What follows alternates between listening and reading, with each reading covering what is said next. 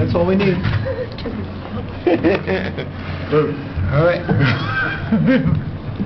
So, ladies and gentlemen, I'm calling to order the work session meeting of Mayor and Council on... It's holding up glasses, I don't know who they are. Okay, I thought you No, wanted me to... trying to signal. Mayor and Council meeting of Monday, May 18th, 2015. It is now 7:05 according to our clock. Once again, there is nothing wrong with your TV screens or your own vision. Council President Vito Acquafredda will be running the meetings since the mayor has been detained in court. He does plan to be here later. So, statement. Sunshine Law statement. Adequate notice of this meeting has been made by sending notice on December 5th, 2014 to the Ridgewood News and the Record, by positioning on the bulletin board in the lobby of the Borough Hall, and filing a notice of same with municipal clerk. I would like to remind all members of the public that we have 3 fire exits in our council chamber, 1 on each side of the dais and 1 in the rear.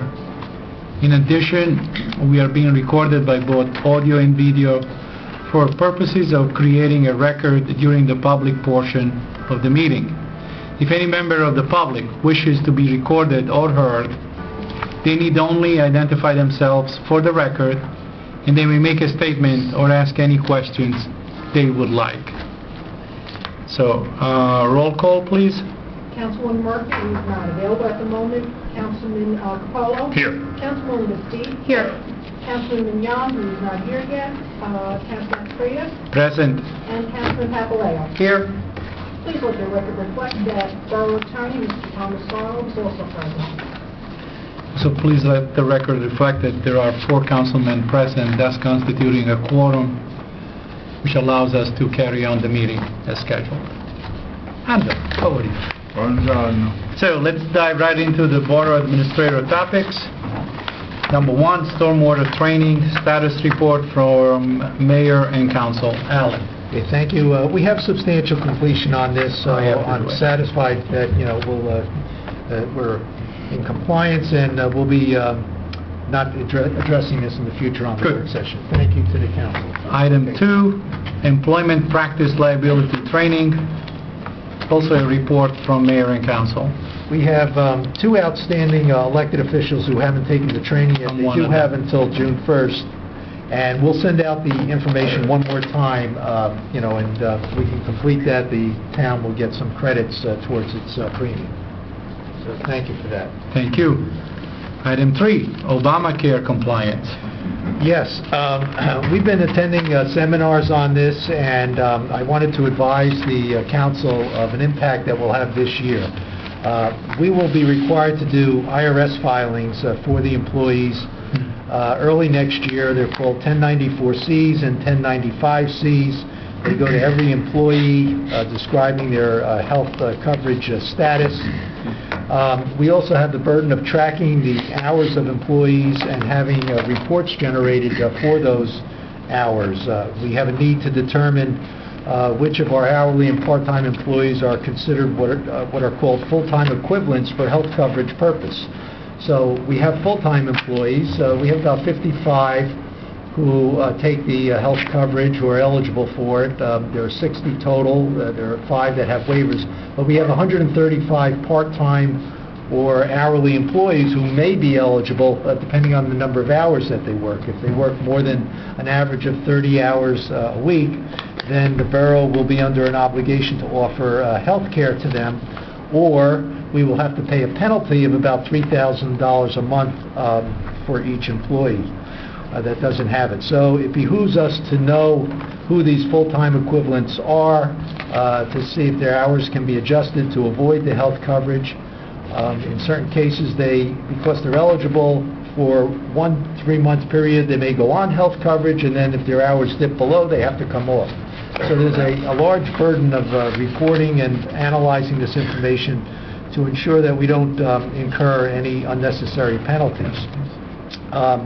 We've been meeting with our payroll preparer, automatic data processing, and they will provide an upgrade to our payroll software, provide us with an HR benefit package, and do the IRS filings for us automatically. The cost is $5.50 per employee per month for that, which includes a one-time setup fee. The cost this year prorated will be about $5,000, but it could be as high as $9,000 next year to continue the service. So what I would like to do is we have about $20,000 in our public information or our public communications budget. I'd like to put aside $5,000 for that, which should cover the prorated cost this year of complying with this mandate. And that's my plan at this point. There's really no action for the council tonight. I just wanted you to be informed as to where we're headed with this process. It is a mandate that we'll have to comply with, and there will be some additional costs, which I feel our budget can handle this year, and we'll prepare for it for next year. Okay, thank you. Thank you. And item 4, estimated tax bills. Thank you. We sent information to the mayor and council with regard to putting out an estimated tax bill at this point. We don't have the county levy, but we would like to get our bills out so that we can collect the taxes. I've prepared an estimated tax rate, which will be exactly the same tax rate that we had last year overall. This is the total tax rate. If the county and some of the other levies come in a little bit lower, then the last 2 quarters will be a little bit lower than expected. There's a resolution on tonight, number 203, for your consideration. Upon passage, we would submit this to the state for approval, and then we would get the go-ahead to get our estimated tax bills out to the general public. Okay. Are there any questions on that information? You do have the ability, the council has the ability to pick between tax rates between 95% and 105% of last year's rates within that range. But the one I'm recommending is all within those ranges, but really is just the same rate, the same total tax rate as last year. Okay. Thank you, Alan. So we'll move right into the work session consent agenda. Well, it's a consent agenda. Are there any items that any council person would like to discuss, question? Please. Yes, thank you. Just for Alan, if you would, number 5, the NICSA license, are we maintaining the same NICSA license as the previous year, or we have done any changes? If I may, this is to provide the service for non-essential or emergency announcements. Okay. Mm-hmm. So this $2,000 would sign us up so we could announce the Halloween parade or Okay. July 4th festivities or any other non-emergency type of messages. So this is an enhancement to what we have Correct. now, and I'm sure this is being proposed based on the surveys that were conducted from the department heads and conversations we've had. The surveys, the budget discussions that Yep. the mayor and council Yep. have had, Okay. and their desire that this is a priority, the communication with the public is a priority that we are striving for. Great, thank you. Okay. So we'll leave this alone, right? Yeah, We're done with the consent. Unless there's any issues. Right. So I need someone to move and second the work session consent agenda. So moved. Second? All in favor? Aye. Aye. Unanimously approved. Mayor report, community center. Mayor is not here. Since I'm on that same committee that's been dealing with the creation of a River Edge Community Center, I would like to tell the council you have received a copy of a report which I refer to as the Kanzani report. That report summarizes the findings of the responses to the survey that was circulated starting middle of last year. The report was sent specifically to start bringing the rest of the council up to speed with what we have been doing. The report will be further augmented by a list of spaces and square footages that the Kanzani architect will provide. In other words, it's going to take the report that we have now, and it's going to translate into square footages the spaces that you see listed on that report. At that time, that list will be circulated. Perhaps Sandy and I and Ed Mignon may have a preview of the list, but immediately thereafter circulated to the rest of the council, because now it's the time that we need to decide essentially how big we want this community center to be, and ballpark estimated costs, which Ed and I can assist you with. And based on our consensus, then it'll be time to prepare and issue an RFP to an architectural and engineering firm for professional services. In the RFP, it's important that we tell the architect how big we want the overall building to be, and also what is our budget. Because architects have a tendency to design for the stars, and then they need someone to give them a reality check. So, because this is public bidding and I expect at least 5 firms to respond to this, it's essential that they know those 2 key pieces of information. We'll go through the process the way it's supposed to be done, the way it's done in every other projects, whether private or public.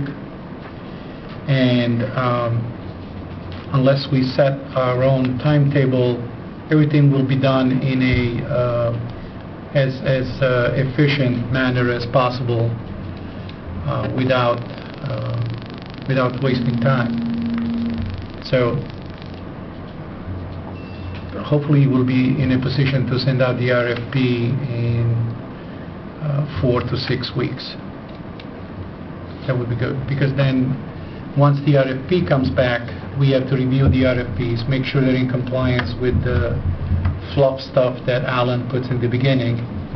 Then Vito and Ed are going to comb through the responses and see exactly what is that these people are selling us, make comments, and then arrive at who is the best qualified RFP to handle our project. Now note, I did not say the low bidder.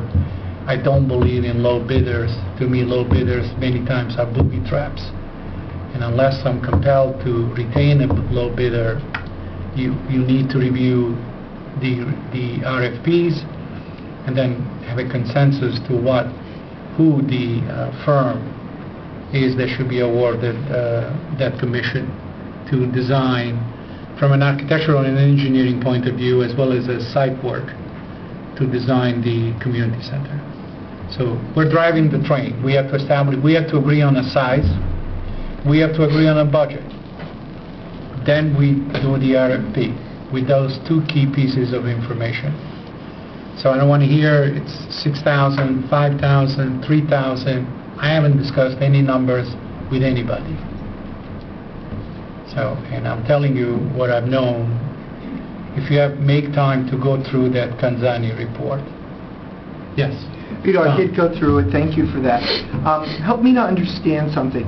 When the next report comes back, is it going to say one space is used for different purposes? Yes, it could, yeah. Okay. A multi-purpose space. Will the report, so tallying up all the spaces, is that how you determine the size, or would there be repetitive measurements? Oh, no. We're going to have a list of, a program of requirements. Yes. And the program will list the individual spaces that we see are going to be designed and included in the final product. So if several different groups will be using the same space, that number would appear once. Once, yeah. Good. That's all. I just once. Great. And then, I mean, look, this is very simple. Yeah. Right now we have nothing. Yes. So no matter what we end up with, it'll be a lot more than No, nothing. I'm just wanting to make sure I understand. Yeah, no, when the report you comes, have I can it interpret it absolutely correctly. Okay. Different community organization maybe using the same space at different times, of course. It becomes a matter of scheduling. Good, thank you. Antonio? Nothing. Thank you, Vito. Okay, so let's move on. Unfinished business. Review of the historic element in the master plan. Anything new, Alan? Nothing new, just to remind those people who may not have been here, this item is on the May 21st Planning Board agenda for proper adoption. Yeah, And the finally, members of the Historic Commission have been Will be- notified, and will be there. I expect they'll be in attendance. Good. Capital list, is this Alan item, or? No, it's for the mayor and council to raise any item that was listed for capital. Were there name? No. Okay. Grove Street. Why is Grove Street still on this list? For fun. That's okay. All right.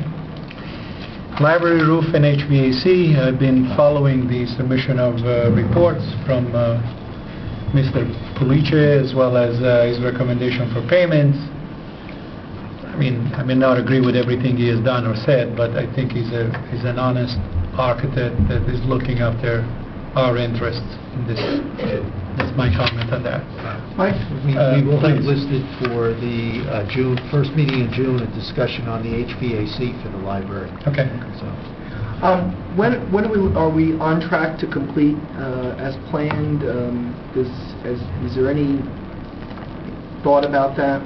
I don't have a completion date, but there's been nothing holding it up, you know. That's what I thought. So It's on track, on I did not, schedule, on yeah, budget. I did not see any cause for delays or, Great. of course, the weather has been kind of cooperating quite a bit to the chagrin of landscapers, but anyway, complete streets, there's nothing new on that, right?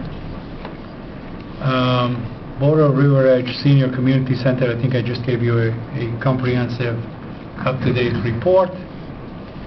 Townwide communication and notification. Well, we have the Want to go Nixle, first? we have the We have the Nixle, if I Nixle. may, we have the Yeah. Nixle on for tonight. So we'll go over that. Can I just ask Please. a question, though? And I'm sure, Alan, this will be your next step, but there was a lot of work done to put a chain of command for emergency messages and emergency use of Nixle. I expect a similar chain of command will be put in place for non-essential use of that Nixle service, just to make sure departments understand how they can use it, who can use it, and the like. We'll follow up on that. Great. Towards that end, I reached out to the chief by text message today, I did not receive a nixle about the shutting down of Kinderkamak at about 3:30, 4:30 today. Grand and Main. So I did receive one because I'm Friar Liaison. I received one through that system, but did any of you receive a nixle? No. No. There is one that just went out at 7:12. Road closure, Kinderkamak Road will be closed between Grand and Main Street, Grand Avenue and Main Street until further notice. So I just wanted Alan to be aware and the council to be aware that I did follow up with the chief because it's my understanding that the police department would be putting out nixles about unexpected road closures when they occurred, and certainly one occurred today. Do you know what was the cause of it?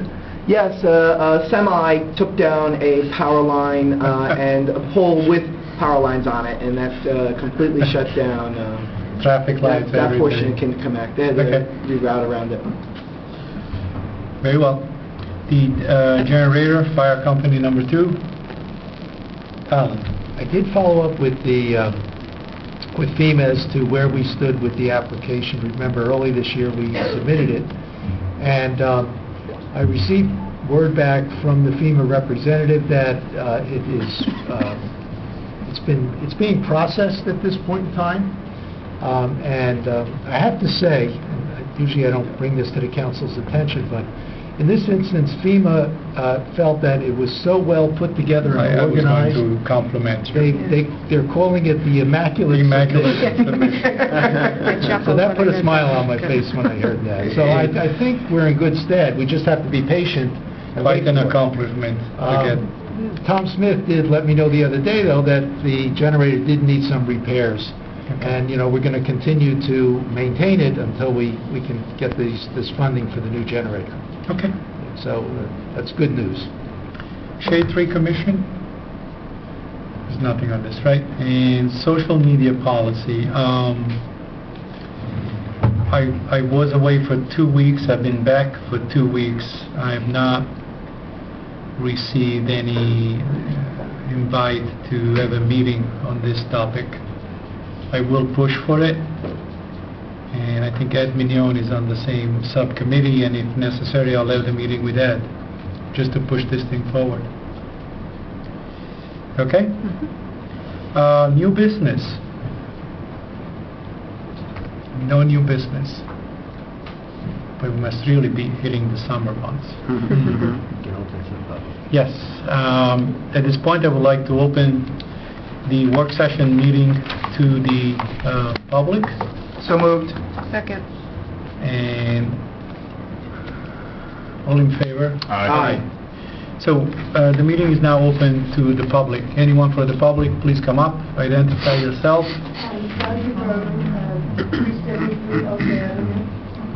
You mentioned about the community center. Yes, Does that mean tearing down the American Legion building? we don't know. Oh, so that's not definite, or how are you going to go about it?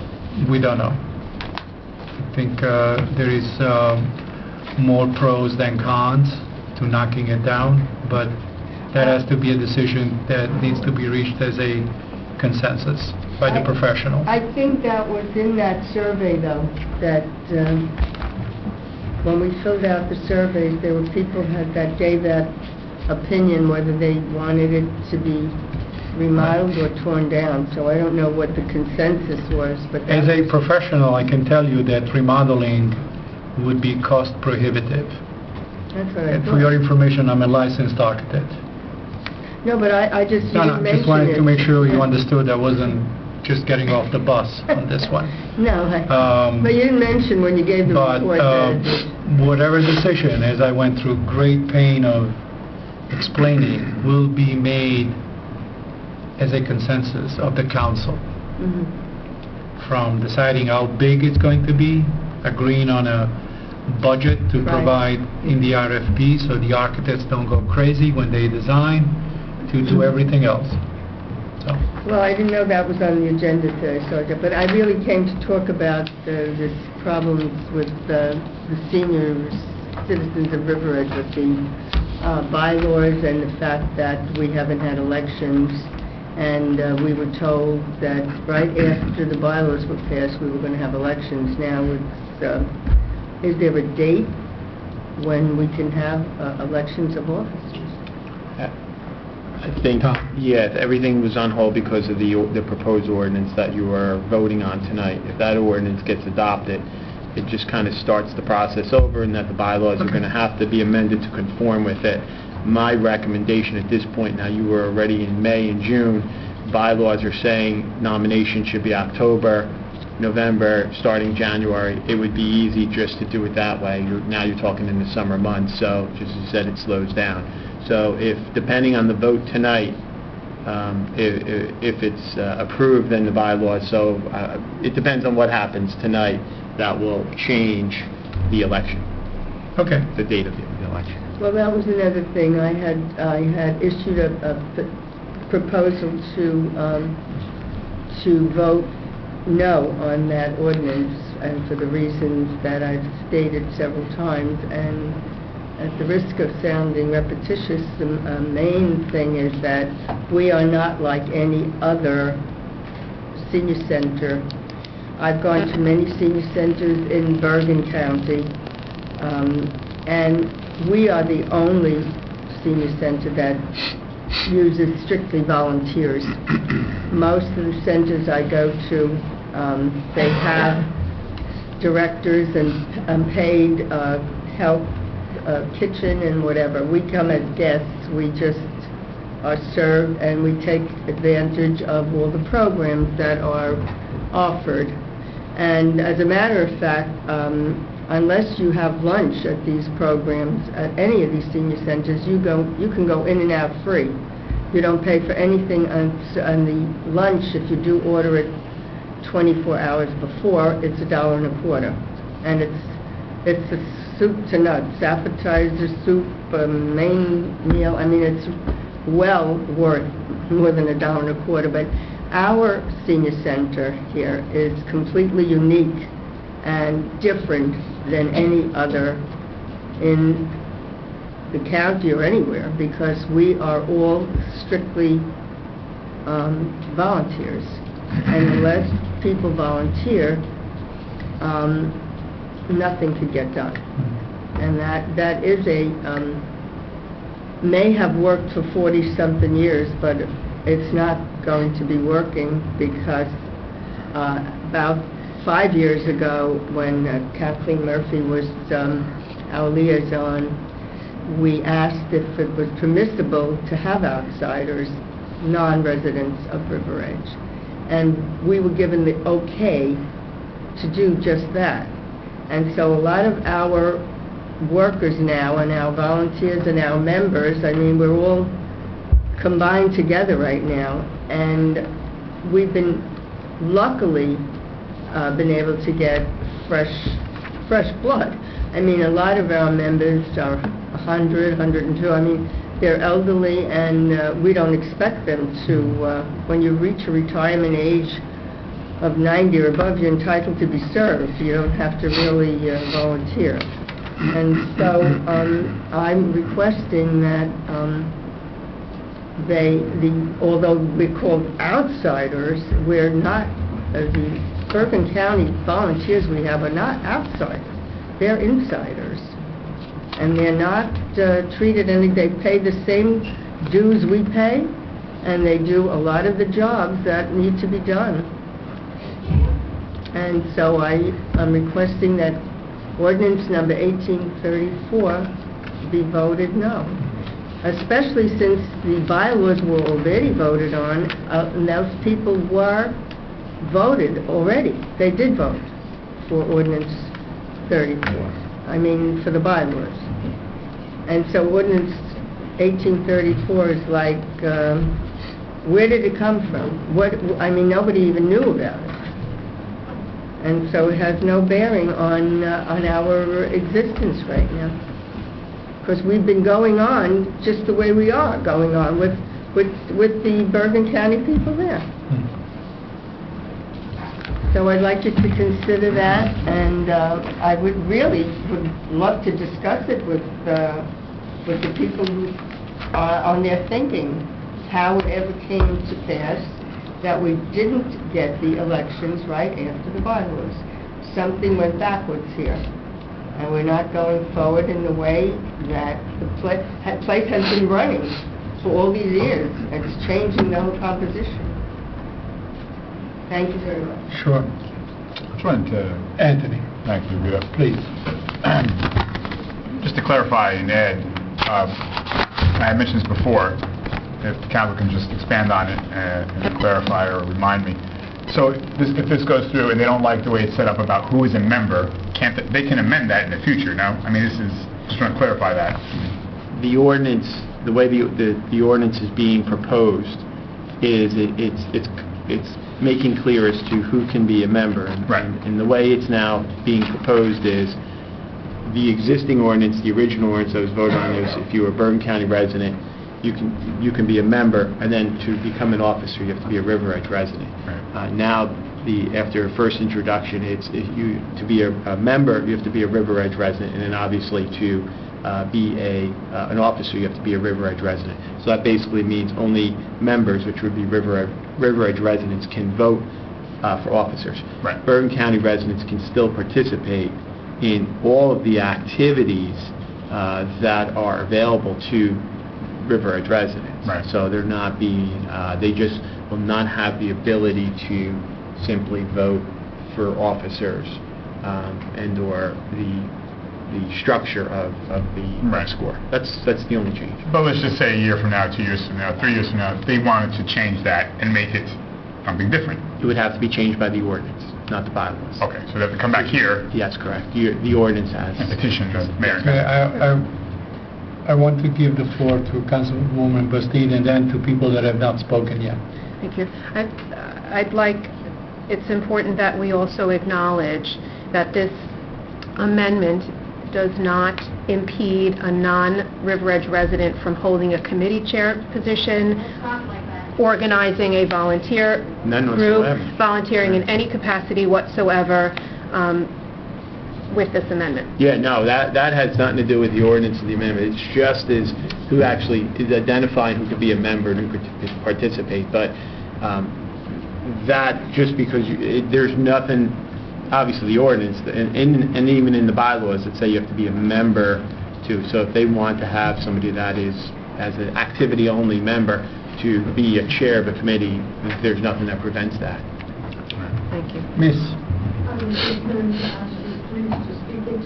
Oh, sure. No problem, ma'am. I am sorry. I am sorry about that. I will make sure. Yes, it's a bad habit. You got it. And now, Mr. Bartoloni in the back. I think Ms. Busty's question answered. I was just going to ask council to describe what an officer is. Okay. Define that term. Make that one clear. Thank you. And the lady with the yellow Yes, it blouse. has nothing to do with what we're talking about now. But Name and address, please. My address is 134. And your name also. Mary Ann Dalby, 134 Continental Avenue. But it has nothing to do with what we're talking about now.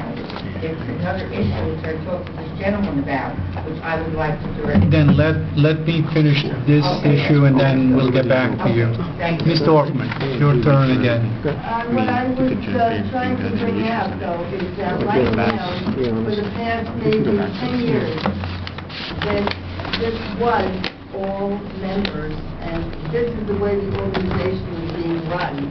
Everybody was volunteering and nobody was different, and that when you select a few people to vote, the people that were volunteering are going to be replaced. They're not going to be the same volunteers. Yeah, it can still be volunteers. And to be honest, majority, and again, I don't say policy here, I just do it, but the majority of the ordinances that I have seen in other towns are crafted the way the proposed ordinance is crafted. That it's residents only, and then opening it up to non-residents to participate in the activities. Yes, ma'am. Norma Gottlieb, 150 Valley Road. You want to compare it with other towns, it's different, because we have a very small River Edge membership. We have probably as many or more non-residents, Bergen County residents. So you're discriminating against the Bergen County residents who are not River Edge residents. That's an improper term to use the word discrimination. That's not at all what that term means. Again, Bergen County residents could participate in all of the activities, can hold chairmanships, chairpersonships, can organize activities. It's just they simply cannot be a president, a vice president, a treasurer, or a secretary in the organization, or be a member that would be able to run for office. That's really what it comes down to. Miss, you had your hand. Carol Moore, 680 Center Avenue, River. I'm here to score and for the amendment. And I would like to say thank you very much, even though the mayor isn't here tonight, to all the council members and the mayor, well, acting mayor. There was nothing we could do. For the consideration, the work, and the patience they had with us to go through this. I am very much in favor, and quite a few people, the members have read it. We only had a short time. I only picked up the amendments this past couple of days ago and found out what it was about. I tried to inform as many people as I could, and I asked them to please come and show their support and their appreciation. I thank you. I'm trying to show the difference when we discuss this, that we're not like other senior centers. Most senior centers have paid help. This is a different situation here. These volunteers are not, in other senior centers, there is no such thing as volunteers from the membership. They're paid, they come in and they work, here, we're not only members and retired senior citizens, but we also have to keep the place running. Mr. Hoffman, just a question. Would you be in favor of changing the name of your organization? No. To what? No. Well, No. Well, what do you want? hold on. Oh. There was a question directed to Mr. Hoffman as a what if, because you're extolling the virtues of the non-residents, but yet the name of our organization is SCORE, That's right. Senior Citizens of River Edge. Of River Edge. But what I'm bringing So, up is that for it's almost like- 15 years, we have incorporated other than just River Edge. We have had these people as volunteers keeping the organization going. And they do admit, No, please I finish. mean, that these volunteers are just like River Edge residents, even though they don't live here. They come here every Monday and Tuesday. We have a differences of opinion. I mean, if you don't live in River Edge, you're not a resident of River Edge, I period. understand that. You don't pay taxes in River Edge, so you pay taxes someplace else. Yes, but by volunteering, and they are being paid back by River Edge. I mean, if you had to hire somebody to do some of the jobs and pay them a salary, it's still cheaper to have a volunteer under the same auspices of the organization. You get somebody to do all the work in the kitchen or all the work what we're doing, and you have to, when I go to these organizations, there's a director, an assistant. I understand. there's a All kitchen paid help. positions. We're doing everything, we don't get a penny. But we're volunteering because we want to have it run. We have nothing else in River Edge. If we let this go, we have nothing. Anthony? Yeah, I think, what the analogy is with this ordinance is SCORE, for River Edge, by River Edge. My cousin in Italy, he's an Italian citizen. He's not an American citizen. He was born and raised in Italy. He can't come here and vote. He can come here. He can enjoy America and shop and even get a job and, for a period of time. But that's what this is. So it's, right, River Edge citizens are voting for River Edge people, which is analogous to you can vote for this president or vote in this country if you are a citizen. If not, you're not excluded from coming here, but But they became a citizen, and they were allowed to vote. These people became a citizen to volunteer. No, I'm just saying, I'm trying to make that point. I'm not saying that it's good or bad. There's not this fear that, well, if this goes through, ordinance passes, you're going to be kicked out, or you're not able to enjoy and function day to day. It's just that it is, like Councilman Aquafreda alluded to, but it's SCORE, it's Senior Citizens of River Edge, not to change the name, it's for River Edge, by River Edge, and people are welcome to this, so we are not discriminating, but there are rules and regulations. What about the fact that they all voted for the bylaws? Those same people that you're saying can't vote now did vote already. No, I'm just making that point, following up on what Councilman Aquafreda mentioned. Yeah, the bylaws They did vote just- for the bylaws, it- and the bylaws only were allowed to be voted on because those people voted. The members of River Edge didn't want to vote on those bylaws specifically. They were outvoted by the non-residents. The Donald Mayor and Council has every authority, they have the authority to change, because SCORE was created by ordinance now, so you have the authority to change it. Once it's changed, the bylaws are going to have to conform to the changes to the ordinance. So that supersedes. The ordinance, yes, your bylaws cannot supersede the ordinance. The ordinance is going to control, so it'll be automatic change in the bylaws. So by not having elections right after the bylaws, which My- would have taken listen. place had... My suggestion would be, and this is just my suggestion, so it's an orderly process, and the liaisons can go differently, though, is if this is adopted, then there should be a definitive membership role created. Once that is created, then, again, now we're getting into the summer months. In October, there should be nominations. In November, there should be elections. In January, there should be the swearing in of the officers, and then you could start from there. I don't think that the rush now, I agree with once the first ordinance was adopted, trying to get the officers in. But once now there's a proposed change to the ordinance, and it happens. Ordinances get changed all the time.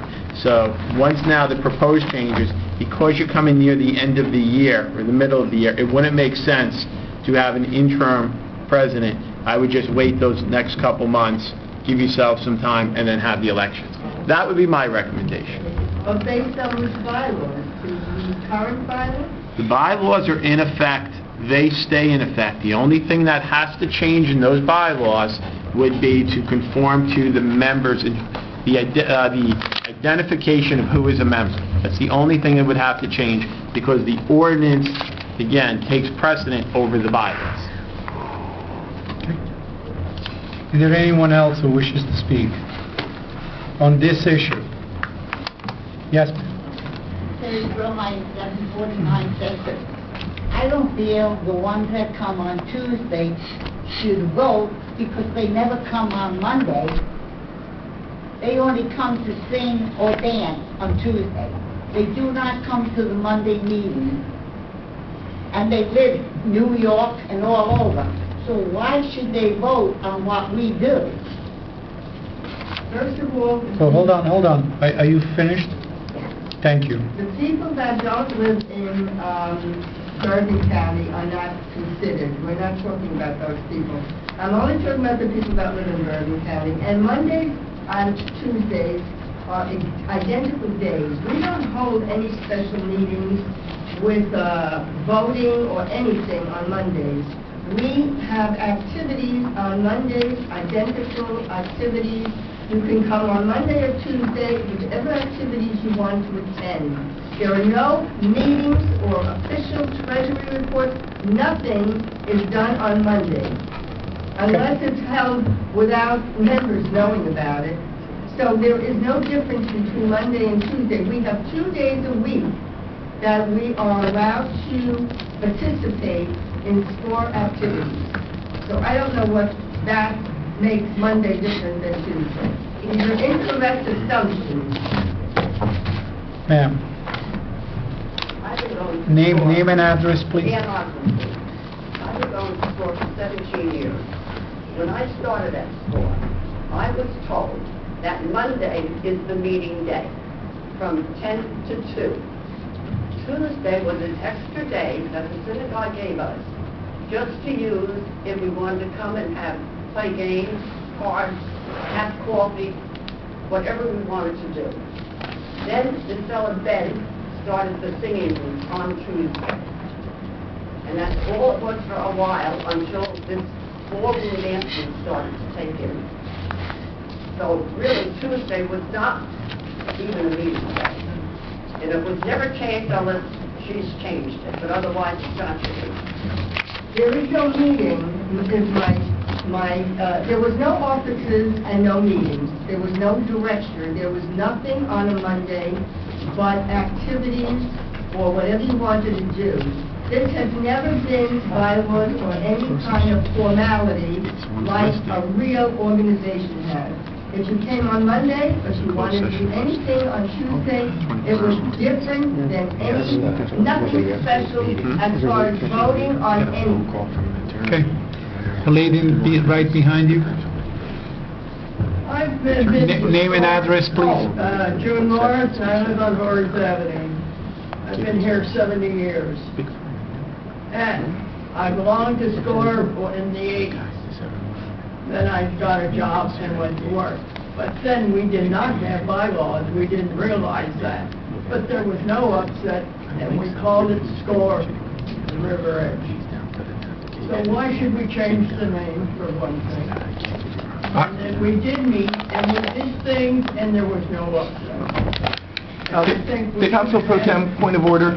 Yes, please. I don't wish to silence anybody, but we're going to open up again in the official meeting before we vote, and we do have to go into closed session. I'm not saying that we shouldn't talk about this. I think we should, but there is actually a second bite at the apple because this ordinance can't pass without another open public session. Yeah. But we're going to have to go into closed session, and I'm concerned that when we open up again, it would be very late if we don't move on. But of course, this is for Council Pro Tem to decide, and because this is open public meetings, if you guys want to keep talking, you can, absolutely. But there is a second time that we're going to open just for this issue. So you may wish to reserve some, you don't have to, you may wish to reserve some of your comments so that the council can go into closed session and then we get to the ordinance in a timely fashion, but it's completely up to you. I'm just mentioning it as a possible point of order. Hold on. We're going to waive the closed section until the end of the next meeting. All right, then. So, because I would like the mayor to be here for the closed session. All right. Number two, when we go into the regular meeting, I mean, it would not be right to repeat everything we're listening to patiently and open-minded at this point. More of a question and answer. Some of this exchange has turned into a discussion, a conversation that perhaps members of SCORE should have had in a different forum and among themselves. But that be as it may, to respond to the lady behind you, Ms. Dorfman, the comment about changing the name of SCORE was more like tongue-in-cheek, based on, well, we have so many people that don't reside in River Edge, and they should be full members like the people that reside in River Edge. So I said, well then, perhaps we should consider changing the name of the organization. I don't want that. Pretty soon I'll be joining your organization. So it was tongue-in-cheek. Please do not misunderstand it. Don't even try to put words in my mouth. Okay? So we'll continue with the conversation, but until I start hearing the same comments over and over and over, then we'll put an end to it, because there are other people that want to discuss other issues. So you had the floor, ma'am. Yes. Well, then why don't we vote on it then? Well, the vote will be in the public meeting. Yes. Can I just say one thing? The issue that you're hearing now should be with SCORE. I feel the vote is very important to vote upon and give the right to the seniors of River Edge the privilege to run SCORE as they see fit. That doesn't mean Bergen County is not welcome. That doesn't mean ballroom dancers aren't welcome. But the thing is, what everybody has to understand is you need to work together. Yep. This will come up no matter how many times you bring it up. But this, I feel it's a step in the right direction, to give it to the River Edge seniors, so we can go ahead with an election and get 4 officers and have the majority of the River Edge seniors approve of different activities, regardless of what it is. And that's what's important. I tried to tell these people, that's why they're here today. I said, work together. We respect each other's opinions. But I think the vote should be passed. I think you should vote on it. I think it's really very important. Thank you. Thank you. Thank you.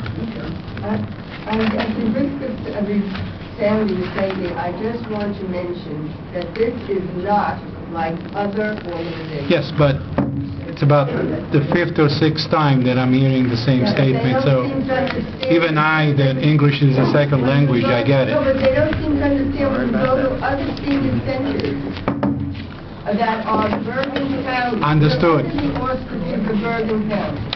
This is not the same as any other Bergen County organization. I get it. Believe it or not, I get it. Okay. There is a lady back there who's been patiently waiting. Thank you. Name and address, please. Mary Ann Dalby, 134 Continental Avenue. Yes, Ms. Dow. And I don't know if I have to go through everything. I don't know if you remember what this is all about. Your tree Kathleen. with the acorns? Yes. Yes. I live on Continental Avenue. I've lived there for 45 years with my husband. The house has been in our family for 60, 70 years. People next door to us, this is the 5th person who has moved in since we've lived there. We have a huge oak tree on our property. Now, River Edge is noted for their trees. They're beautiful trees in town. These people, in fact, tonight, what made me come here tonight, they had a tree service outside tonight. They want to trim the whole side of my tree, which is on my property, because the acorns are falling on his property. Now, I even asked my tree guy, can we do anything to stop the acorns, like neuter? You can't do anything like that. Acorns, I mean, come on. That is something that is nature. The tree was there when they moved into the house, I don't know, so many years ago. Not that many years ago, but as I said, the 5th people, no one has ever said anything. Now, on the other side of us, the people who have been our neighbors for 30 years put an oak tree up. We get the acorns not only from our tree, but from their tree. But do I go next door and say, excuse me, could you trim your tree? I got acorns on my property. You don't want acorns on your car? Push your car toward the end of your driveway. I mean, this world today, unfortunately, and I don't know, I'm probably one of the oldest ones in this room. I, unfortunately, don't like people anymore because they're not nice. They don't care about other people. Everything is me, me, me, me, me. I mean, your neighbors, for goodness sakes, take care of you. When I was a kid, when I lived on a street in Jersey City, I don't say that too loud, but that's where I'm from. If it snowed, but it was a great city, believe me. When it snowed, a senior didn't even open a door. The snow was removed by somebody else on that street. A senior wouldn't have to do it. Today, this guy next door is maybe in his 30s, snowblower and everything. You'd think he even said, Mrs. Balby, would you like me to? No, but he got a lawyer for this tree, and he also wrote down that, please tell the person next door to stop sweeping acorns on my property. Duh! I don't sweep acorns. I don't do a heck of a lot of sweeping anyway. But when I do sweep, I don't sweep acorns. And he got me tonight. My pressure's starting to go up. I get very upset about these things because, as I said, it's not right. Neighbors are neighbors. You should watch out for each other, not stick the knife in you and turn it. And this is exactly what these people are doing. And I hate to say it, I love my country, but it's not our country anymore. But I maybe should not have said that, but anyway, As long as there is freedom of expression, yeah, well, I know. it's our country. This is how yes, I know.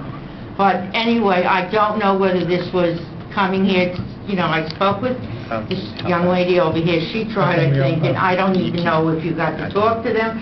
But as I said, it's just, the tree it's huge. I think my husband's grandmother planted it, and he's going to be 86. I'm 76.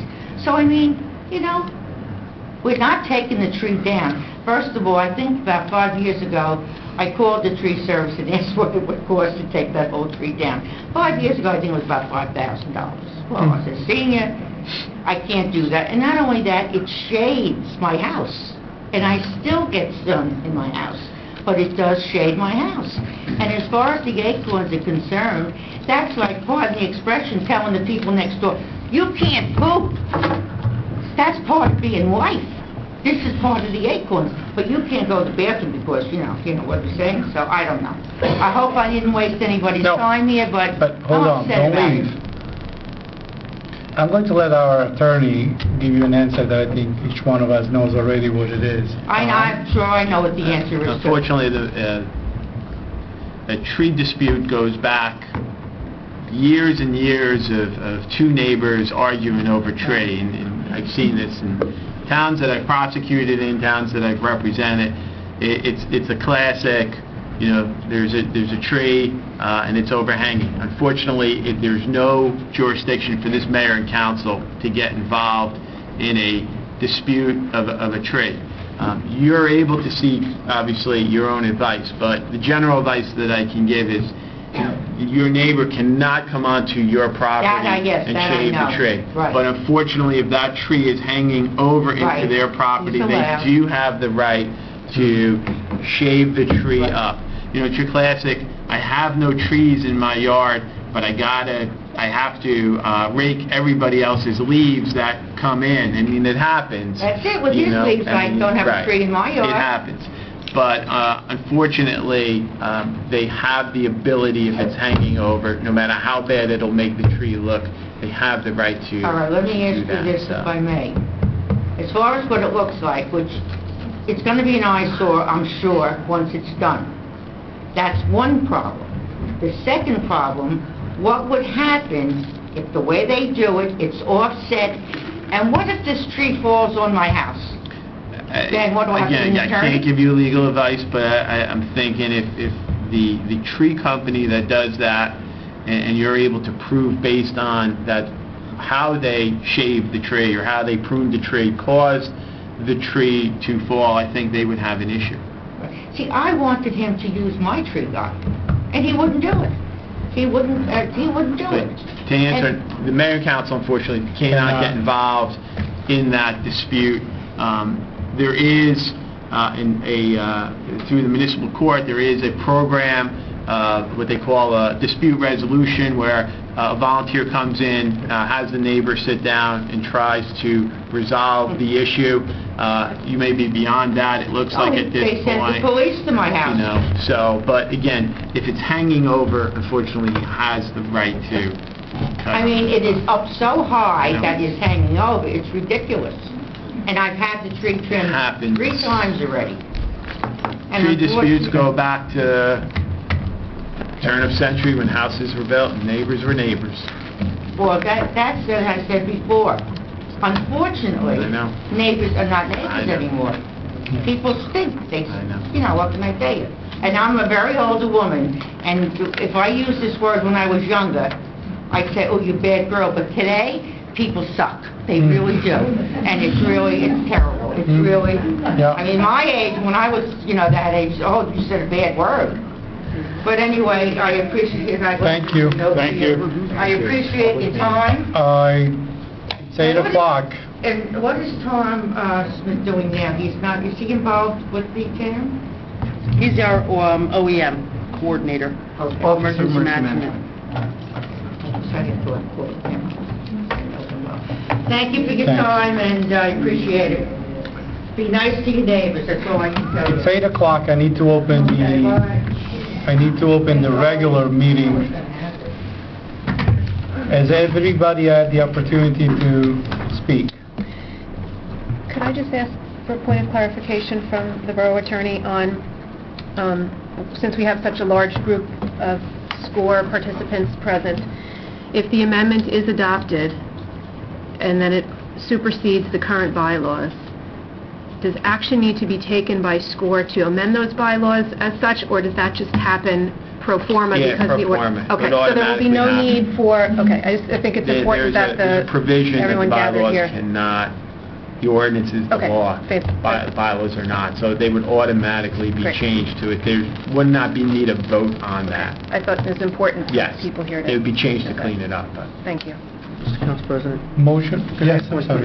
I apologize, I wasn't here, but I had one question for Alan on the consent agenda for... Sure. We need close public comment. Wait, let me close the public and then, so I need a motion? So moved. Second. All in favor? Aye. Okay, Mr. Mignot. Alan, the contract for Costa for 284 Kensington for 8,600. What's the scope? Is that just the 2 basins on Kensington, or does it include the ones on Elm that we had also talked about? I'm not sure. I had asked them for a quote just for Kensington, but then we had this other discussion about doing the other ones. I He also would- provided pictures of an outfall, and I wrote him back asking him, isn't this a larger project now? So I'm not sure exactly what the scope is that he's going to cover here. So we can cover that at the next sewer subcommittee meeting before, any action is taken. Because I'm not sure what the scope of the project is. 8,600 is a large effort for 2 catch basins. 85, that's 100 hours worth of 2 effort. catch basins? Yeah, 100 hours of effort doesn't seem... Well, I did write it Unless back. there's something else that I'm not seeing. Well, So- he did send pictures that the pipe is not connected to the outfall location, so I don't know what's in his mind, whether there's a larger I project thought here than just we the talked about replacement of two catch basins on Yes, I Kensington, know. which connect to an existing catch basin on Kensington. That was the project. I understand. So $8,600 just doesn't seem... So he needs his two invert elevations. We're done. Isn't it? You do it in the field. You know, he's not surveying because there's no surveying in it. But anyway, I'm not comfortable going forward with that until we have clarification on that. Okay. You'll pull it. Very well. Motion to close the meeting except for going into executive session later. So moved. Second. All in favor? Aye. Okay. We're going to move right into the regular meeting. So I call to order the regular meeting of Mayor and Council for Monday, May 18th, 2015. It is now 8:05 p.m. and the mayor is walking in. Mr. Mayor.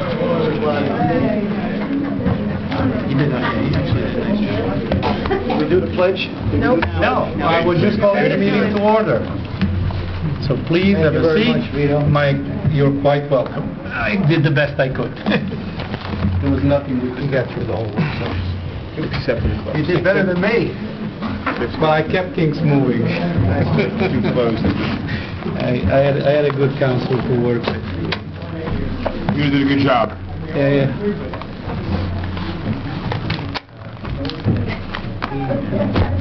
If we could all stand for a moment of silent prayer or reflection.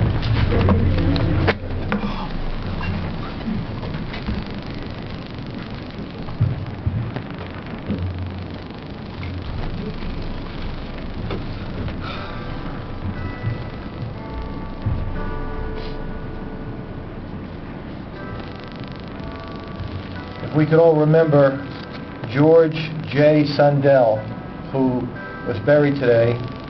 He died on May 14, 2015. George was a borough resident and a member of the police reserves for 41 years. A very, very dedicated volunteer. And it's a big loss that we lost George today. If our council president could lead us in a salute to the flag. Sure. I pledge allegiance to the flag of the United States of America and to the republic for which it stands, one nation, under God, indivisible, with liberty and justice for all.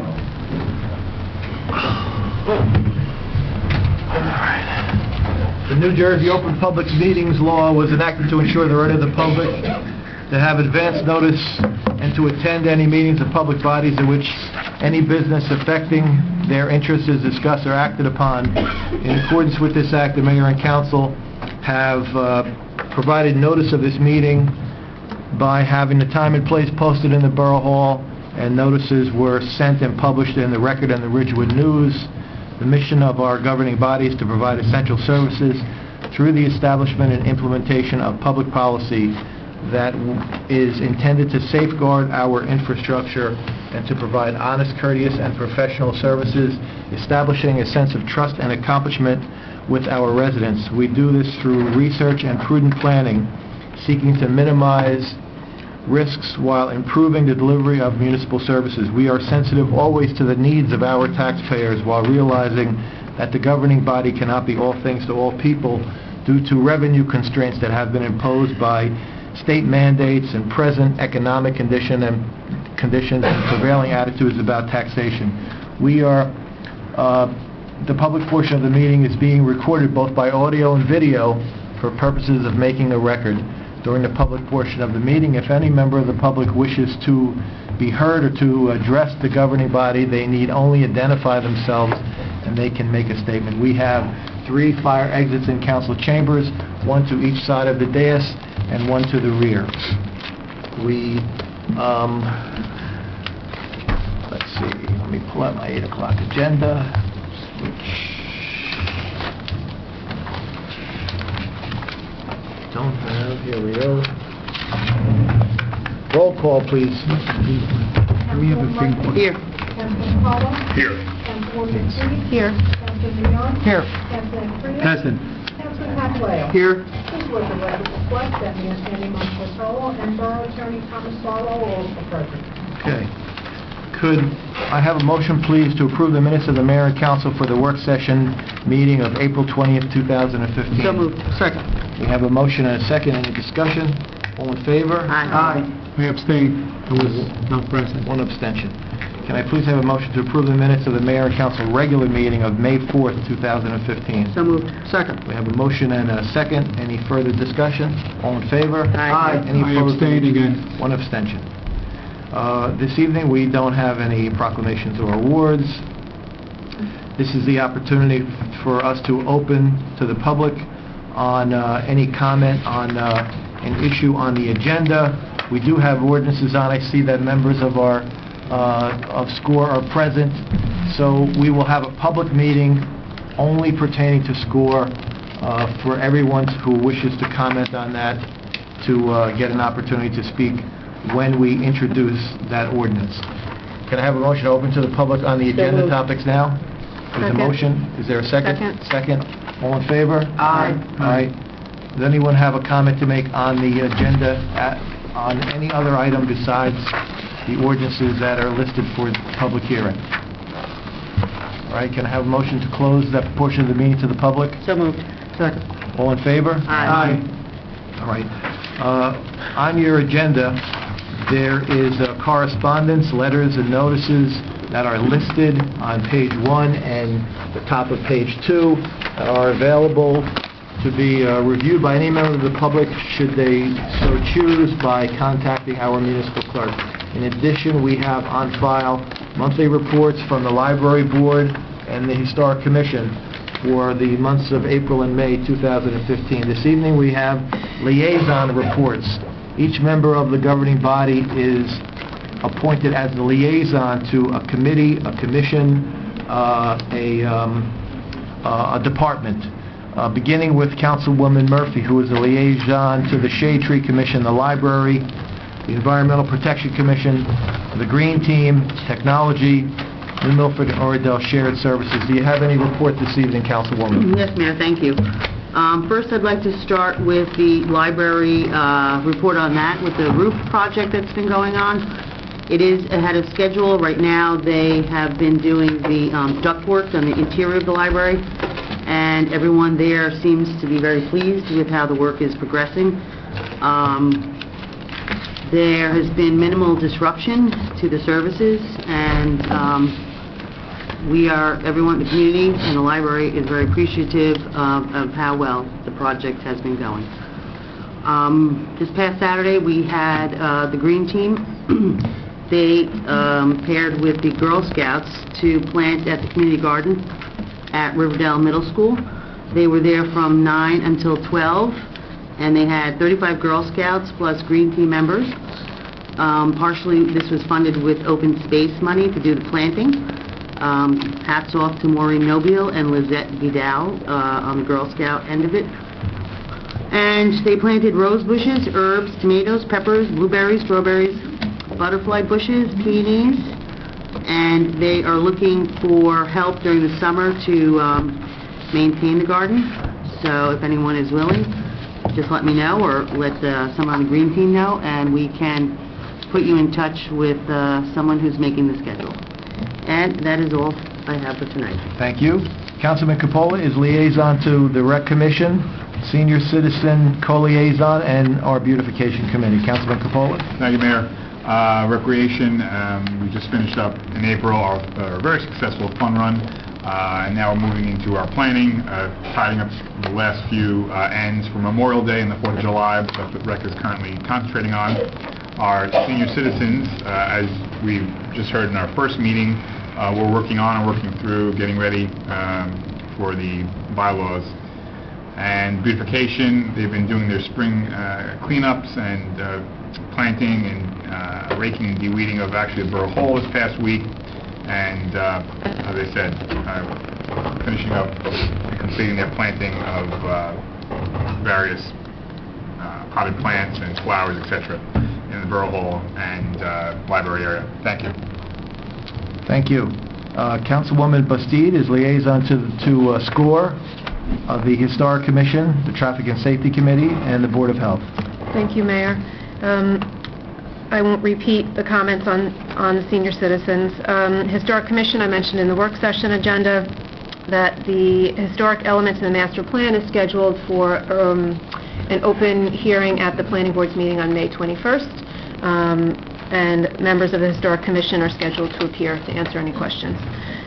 Traffic and safety, I would ask if the mayor could give that report. I was unable to attend the most recent meeting, and I believe you had attended, so if there's something you'd like to share about that in your report, please feel free to do so. Board of Health, there was no meeting. The next meeting is in the summertime, so I'll report then. I would just add that I am also co-liaison to the July 4th committee, and sponsorship notification has gone out to businesses and through the schools. If anybody's interested in being a sponsor of the July 4th committee, all you need to do is see Bobby Conway in the rec department, and she'll give you all the paperwork. And there's still time to get involved and volunteer and help. So if you're interested in participating in the July 4th activities, again, please see Bobby Conway, or you can contact myself or Councilman Coppola. Thank you. All right, thank you, Councilwoman. Councilman Mignon, liaison to the DPW, the Zoning Subcommittee, New Milford and Oradell Shared Services, Technology. No report, Mayor. We have our sewer subcommittee next Wednesday, so I'll have more information at the next meeting. Thank you, Councilman. Councilman Aquafreda, liaison to the Construction Code Official Property Maintenance, Planning Subcommittee, Technology Committee, River Edge and Riverdale Schools. Mayor, all kind of quiet on the Western Front. There will be a planning board meeting on Thursday with a full agenda for a change.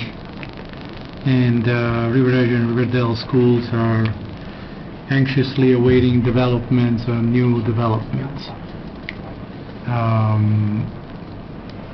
That's about it. Thank you. Councilman Papaleo, liaison to the Police Department, the Fire and Fire Prevention, and the River Edge Alliance Against Alcohol and Drugs. Thank you, Mayor. The fire department has made over 105 calls to date, and the fire department had an apartment fire at 285 Mac Road about 2 Wednesdays ago. No injuries to members. Apartment suffered fire and smoke damage. Oradell, New Milford, and Hackensack Fire Departments assisted. The River Edge Fire Department will be placing flags at the grave sites for all departed members who are interned locally on Saturday 23rd. We thank our volunteers for that, as well as for responding to all the calls that they do and placing their lives at risk. The fire department will also be holding its annual memorial service on Monday the 25th, starting at company number 1 at 9 a.m., and we hope all the council might be able to attend. The fire department assisted the Rec Commission with the River Edge Run, and I'd like to thank them for all that they did with that, as well as the work they were doing today to assist with the shutdown and the emergency that occurred on Kindercamack Road around 4 o'clock today. Mayor, that's all I have to report. Thank you. Thank you, Councilman. I do not have a report present for the River Edge Ambulance Service. I may have left it in my car. I can give a short report on the Traffic and Safety Committee meeting. As a result of the meeting, we were able to achieve the replacement of the stanchions that you see, the pedestrian stanchions that you see on Kindercamack Road and on Howland Avenue and on Boulder Road and on some other locations around town, Reservoir and Kindercamack. So we'll see how long the stanchions last before they get all beaten up, but that's always a good traffic improvement. We also heard a report from the police department that the handicapped parking space on Center Street has been completed. The Traffic and Safety Committee is discussing ongoing projects now that the speed limit has been reduced on Kindercamack Road. Some of the projects that they are talking about included pedestrian and traffic awareness education that we can do with the Boy Scouts and maybe some police officers on safe places for pedestrians to cross. And I will await the minutes, the official minutes of the Traffic and Safety Committee. Those are our liaison reports for this evening. We have ordinances that are on for first reading and some that are on for a public hearing. Beginning with ordinance number 1835. Stephanie, can you read the title of that ordinance? Ordinance 1835, bond ordinance to authorize the resurfacing of Fifth Avenue, Section 3, from approximately 20 feet north of Wayne Avenue to approximately 30 feet south of North Drive. A general improvement and the construction and reconstruction of sidewalks, curbs, and driveway aprons along and in front of such a section of Fifth Avenue. A sidewalk improvement in, by, and for the Borough River Edge in the County of Bergen, State of New Jersey, to appropriate the sum of $195,000, pay for the cost thereof, to authorize the issuance of bonds to finance such appropriation, and to provide for the issuance of bond anticipation notes in anticipation of the issuance of such bonds. All right. Would someone like to move that ordinance on first reading? So moved. Is there a second? Second.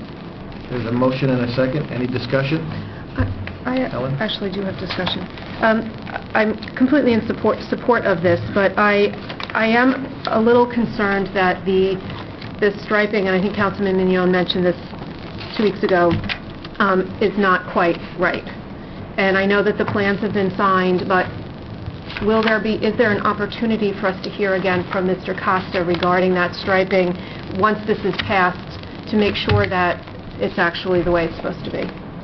I guess this question for Alan. I think it's a good idea to have Mr. Costa back in here and to resolve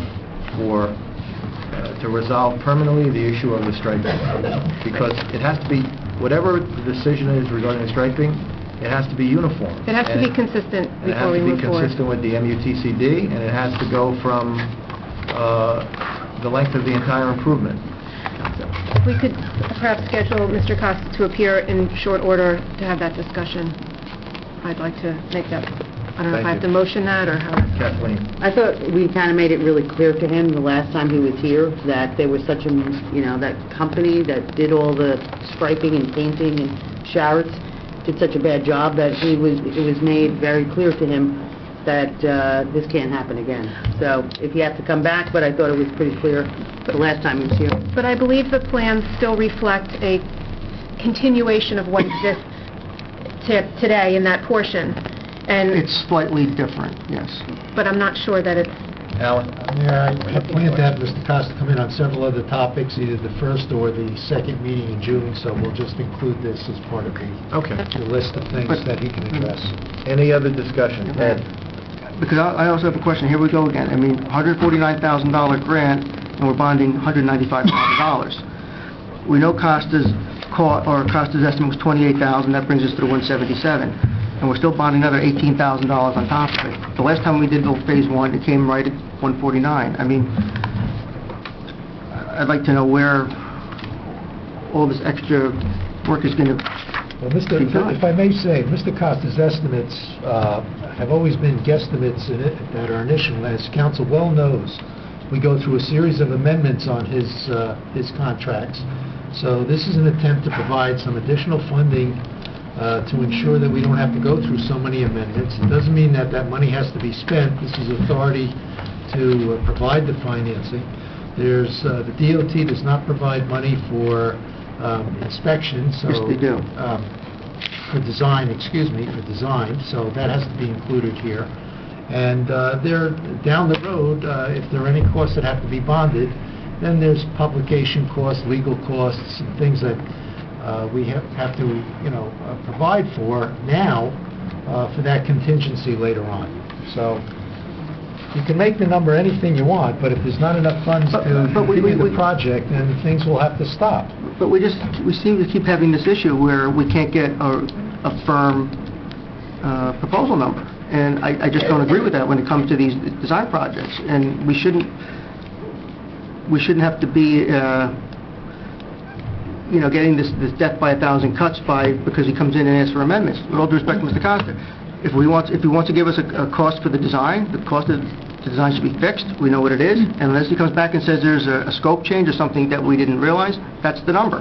And then if he wants to come back after we get the bids in and say, I'm going to base my construction inspection number based on the construction cost, he could do that too. But I just don't like adding these numbers and numbers on top of these bonds. It's getting to be untenable. And, you know, you look at these projects, they did a few projects, and they did a little number today. $149,000.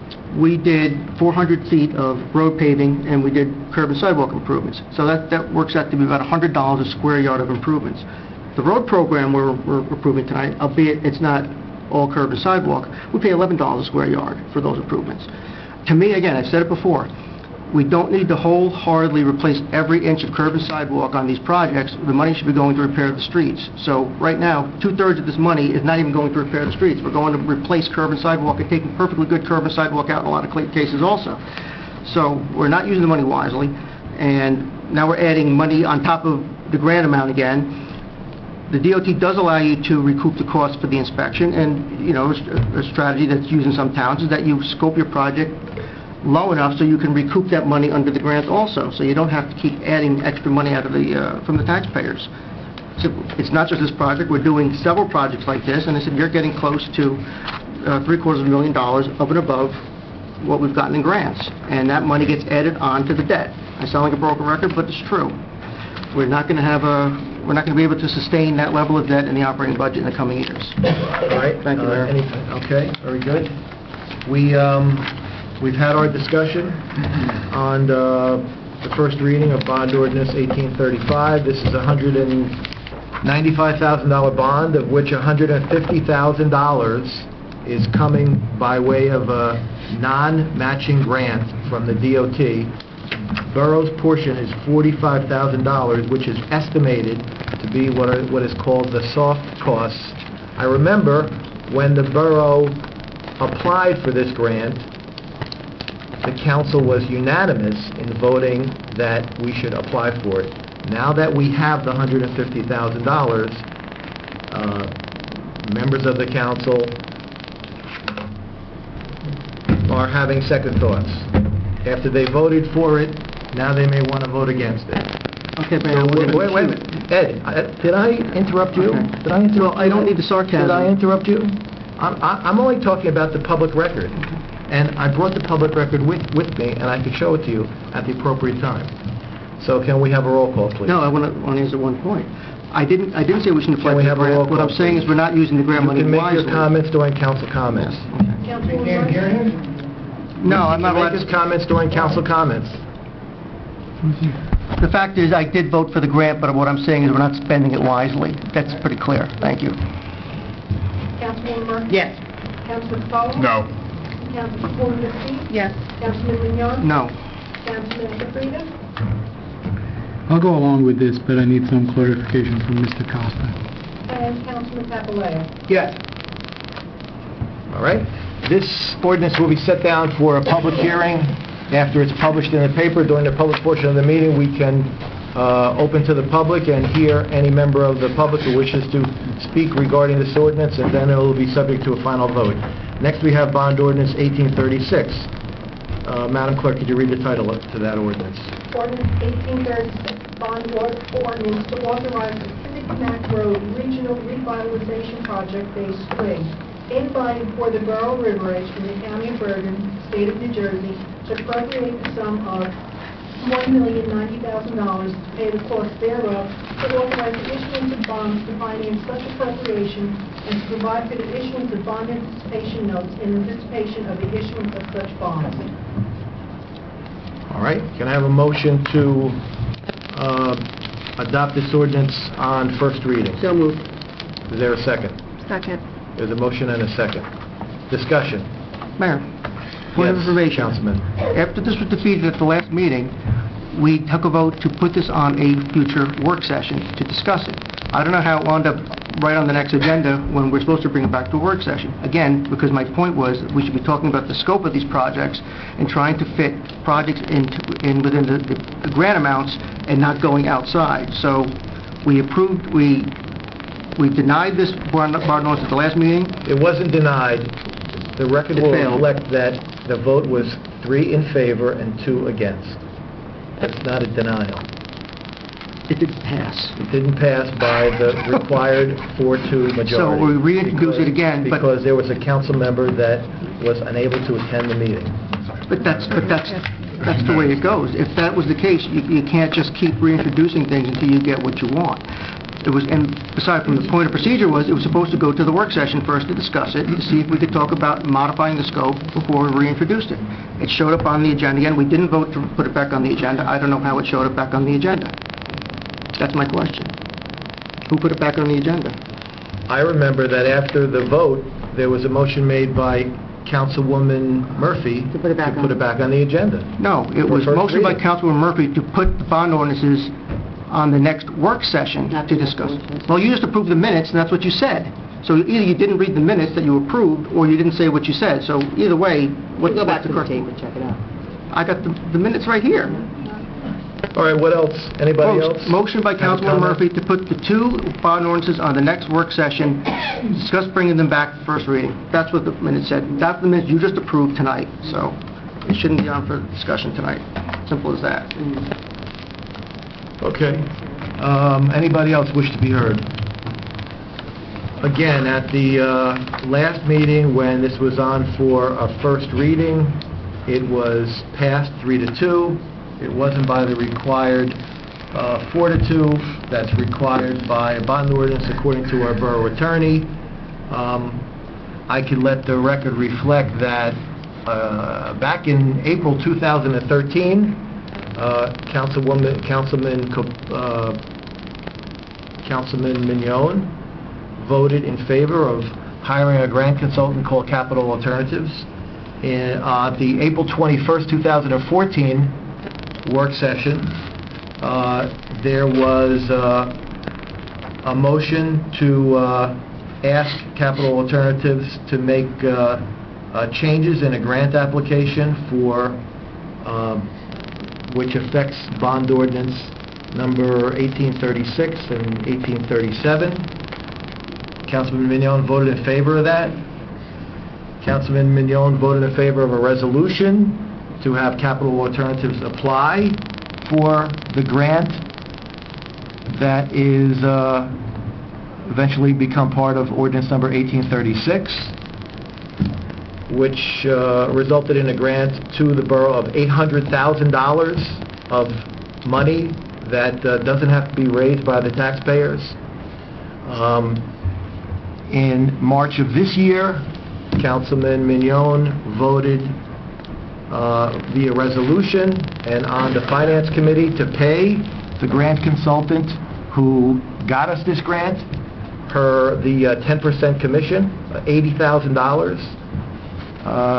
Councilman Mignon voted on a subsequent resolution, which is the subject of ordinance number 1837, regarding the safe routes to schools, to pay the grant consultant $31,500 for that grant. So that's $110,000 of taxpayer money that was paid to obtain this $1.3 million in grants money. And now, after 6 affirmative votes in favor of completing this project, you have voted no. And I would call that being a flip-flopper. And I would call you a very good attorney, Mr. Mayor, but... if you're going to vote in favor of something 6 times, and then when it comes, and then after paying our grant consultant $110,000 of our taxpayer money to get this, and then to vote no on the project, means that we paid $110,000 and we don't have anything to show for it. So that's 6 votes. You're incorrect. Let me explain what you want. I have your vote right here. No. You want to, and everything's highlighted. Mayor, let me speak now. All right. Okay? I didn't interrupt you. What you don't seem to understand is that you can get a grant and not have to spend 40% over the grant to do a project. What I said in this project, it was reported to us by Ms. Casey that the design work was done several years ago. That turned out not to be the case. The second thing she didn't tell us was that now the scope now is outside the $800,000. You can do this project, scope it back to get Mr. Costa's fees included under the grant, take out things like decorative lights in the amount of $300,000, which we don't need to do under this grant, and you can still have a project. I'm not, because I vote against the way the project is funded right now, it doesn't mean I was against it. What I was saying was that if you're going to spend grant money, and I've said this since the day I came on this council, spend the grant for the project. You can't take a project and spend, and that's $1 million, get $100,000 and say, oh, we did a great job. You get a grant, you scope it to fit within the limits of the grant, and that's what I've been saying all along. That's what I said to this. You're going to do the same thing on the next one. You can say all you want. You're double counting on the next grant because we got a separate grant for $150,000, which I would have moved to take that out if it went to work session. You're not spending the money wisely. I didn't say you don't go for grants. What I'm saying is if you're going to do the projects, make the project fit the grant, and don't come up with these grant projects where the grants don't cover the amount or nearly cover the amount of what the costs are. So you can try to be cute and talk about votes and everything like that. Nobody's trying to be cute. You are. We have to. Long way till November, Mayor. Our CFO recommends that we have sufficient We didn't money even execute in the order grant yet. to finish the project. All right? Mr. Negman, do we have an executed contract with the grant yet? No, we have award letters. Okay, but we don't have an and generally it's been the policy that we have not bonded until we've had even executed agreements. You said the same thing with CDBG. We can't go forward until we have it, but so that was the policy before. So Well, all I'm saying is there's $110,000 out the door and we have nothing to show for it. So that's all I have to say. The public record is right here. You voted 6 times for it. You voted last week against it. It doesn't make any sense to me. It's $1.3 million in other people's money that we get to spend. it's not other people's money. You keep saying it's Mayor. It's not other people's money. It's our money too. It's our money that we sent to Trenton and we sent to Washington D.C. and we sent to the County of Bergen, and we're trying to get a little bit of it back. Mayor, I think we should have a roll call. Roll call. Councilwoman Murphy? Yes. Councilman Capolo? No. Councilwoman Bastidt? Yes. Councilman Young? No. Councilman Frida? Yes. And Councilman Papaleo? Yes. Okay, next we have ordinance number 1837. Madam Clerk, could you read the title?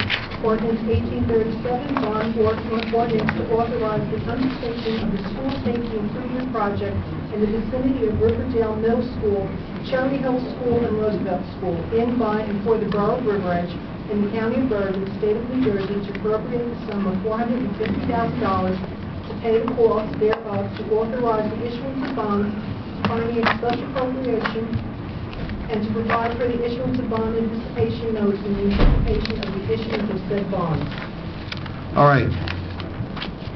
This ordinance involves the Safe Routes to Schools program, which funds sidewalk repairs to make sidewalk improvements so that children can walk to school in the areas where there are no sidewalks or the sidewalks are not safe, or other improvements that affect the ability of children to walk to school. This $450,000 includes a grant that we received of $315,000. The remaining money needs to be raised to cover what has been described earlier as the soft costs and the grant consultant's fee and the design work. Can I have a motion to move this ordinance on first reading? So moved. Second. There's a motion and a second. Discussion. Mayor, Councilman Mignon. the grant is $315,000. The construction estimate is $348,000. So that's not quite true. The soft costs are not all included. Ms. Casey's fee is not included in what we paid. That was paid separately, like you already said. It's another $100,000 for engineering and other soft costs. My point with this one was that there is duplicate effort, because this shows the improvements on Midland Avenue and on Woodland, which we got a separate DOT grant for $149,000 for. So that scope is already included here, so we're bonding again for the same improvements. And all I'm saying is that, again, if you can take that out of the $450,000, you can get back more in line to what the grant amount was, and then you're using the money to its fullest capacity.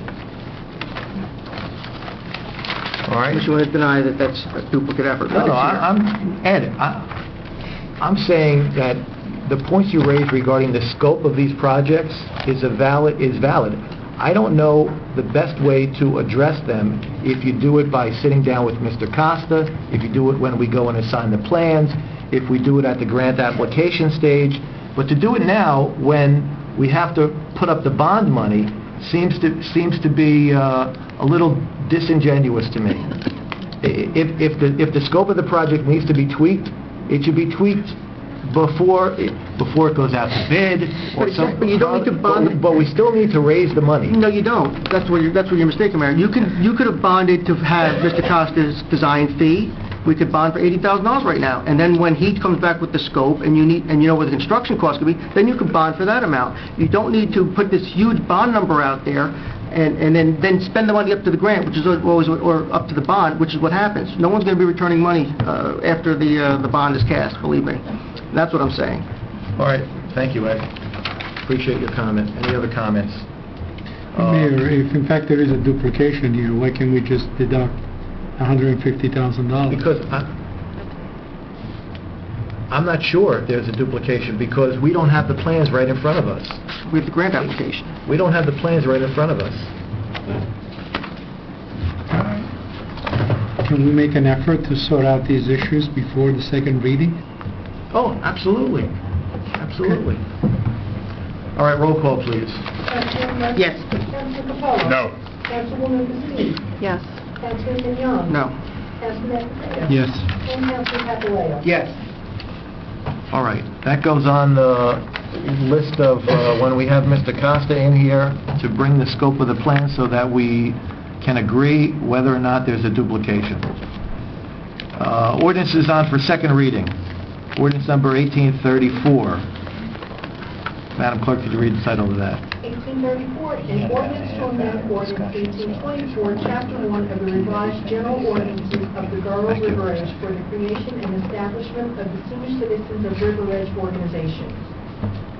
Okay, this is an amendment to the SCORE ordinance. It's on tonight for the required public hearing and for the final vote on whether or not it gets adopted. I understand from comments from our borough attorney that during the work session, many members of the public were heard on this already. I'll make a motion now to, or I'll accept the motion from council to open the hearing to the public. I'd like to just remind every member of the council, every member of the public that wants to be heard again, to try not to repeat the same thing that you said before. So moved. Second. All in favor? Aye. Would anybody like to vote on this ordinance number 1830? Would anyone like to comment on 1834? No? Nobody? I missed all the good stuff? Yep. Yeah. Lively You debate. did. Lively debate. Did we have a lively debate? Yeah. Okay. I had to use the gavel a few times. Did you have to use the gavel? Oh, yeah. Oh, wow. Okay, can I Close.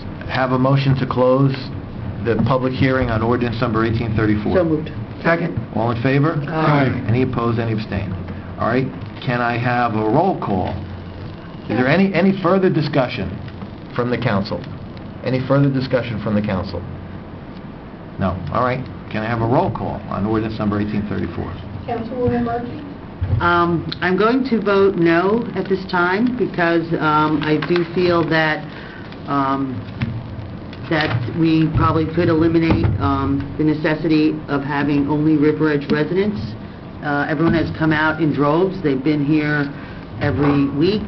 And when I counted your petition, you had 43 non-residents signed and 10 residents. So I would make those changes and then vote for it, but at this time, with the inclusion of only River Edge residents, I'm going to say no. Councilman Coppola. Yes. Councilwoman Steve. Yes. Councilman Mignon? Yes. Councilman Mateo? Yes. And Councilman Papaleo? Yes. The ordinance is adopted.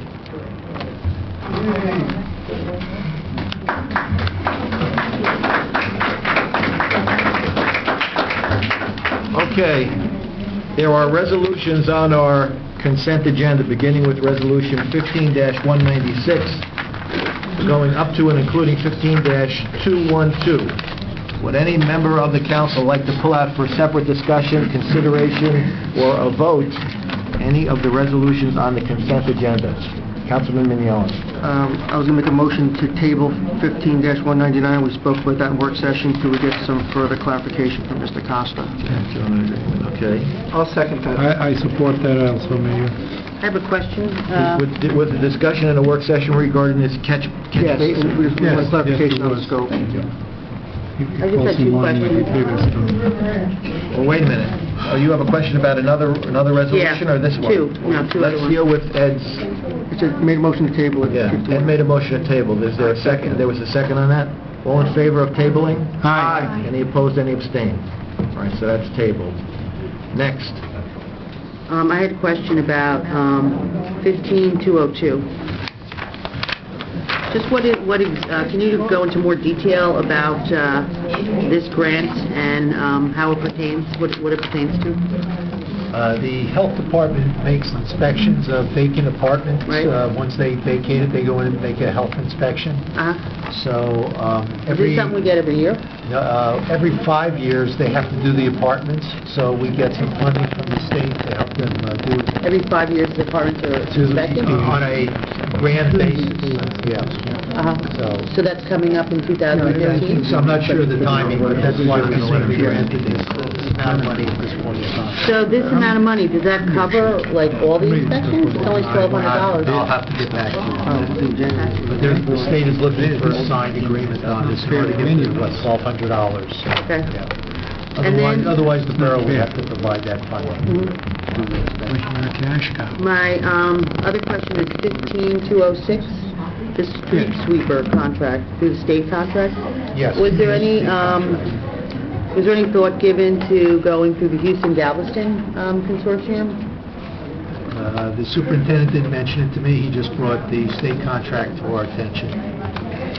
So that's the way he decided to go. We have to go through the explanation. So there's no way for us to know what the cost might have been through the other He consortium? didn't shop it among the national contracts. All right? Okay. Can I have a motion to approve by consent the resolution list with the exception of 15-199, which has been tabled, and to allow the separate introduction and movement of 15-212? So moved. Second. All in favor? Aye. Thank you. Bill. Councilman Mignon? Thank you, Mayor. Whereas vouchers for the payment of goods and services rendered to the Borough of River Edge have been received, and whereas each bill has been checked by the receiving department, approved by the Chief Financial Officer and Borough Clerk, and reviewed by the 3 members of the Finance Committee. Now therefore be it resolved that bills as listed now be confirmed for payment from the appropriate funds as follows. Current account, $268,599.85. Capital account, $115,747.70. Recreation account, $4,324.65. Animal welfare account, $31.20. Trust other account, $1,449.12. Open space account, $3,717.83. Trust other developer account, $2,850.25. So moved. Second. All in favor? Aye. Any opposed, any abstained? All right, can I have a motion to open to the public on any issue? So moved. Second. All in favor? Aye. Would any member of the public wish to be heard on any issue? Mr. DeBella's hand was up first. Hi. Give us your name and address, please, for the record. 95 Kenwood Road. The reason I'm here tonight is somewhat of a delegate from the school board to help establish a better form of communication. No. You're the liaison to me? I'm one of the liaisons. It only took 5 months. Well, regardless, we're trying to establish better communication. Good. And this will be one of our first attendances to the mayor and council meeting to get a feel more of what's going on and to be better informed and to work more closely with the mayor and council. That being said, the first issue that I wanted to bring up tonight, particularly, is in regards to an issue that a superintendent has with you, Mayor, in regards to the location of the elections for our school.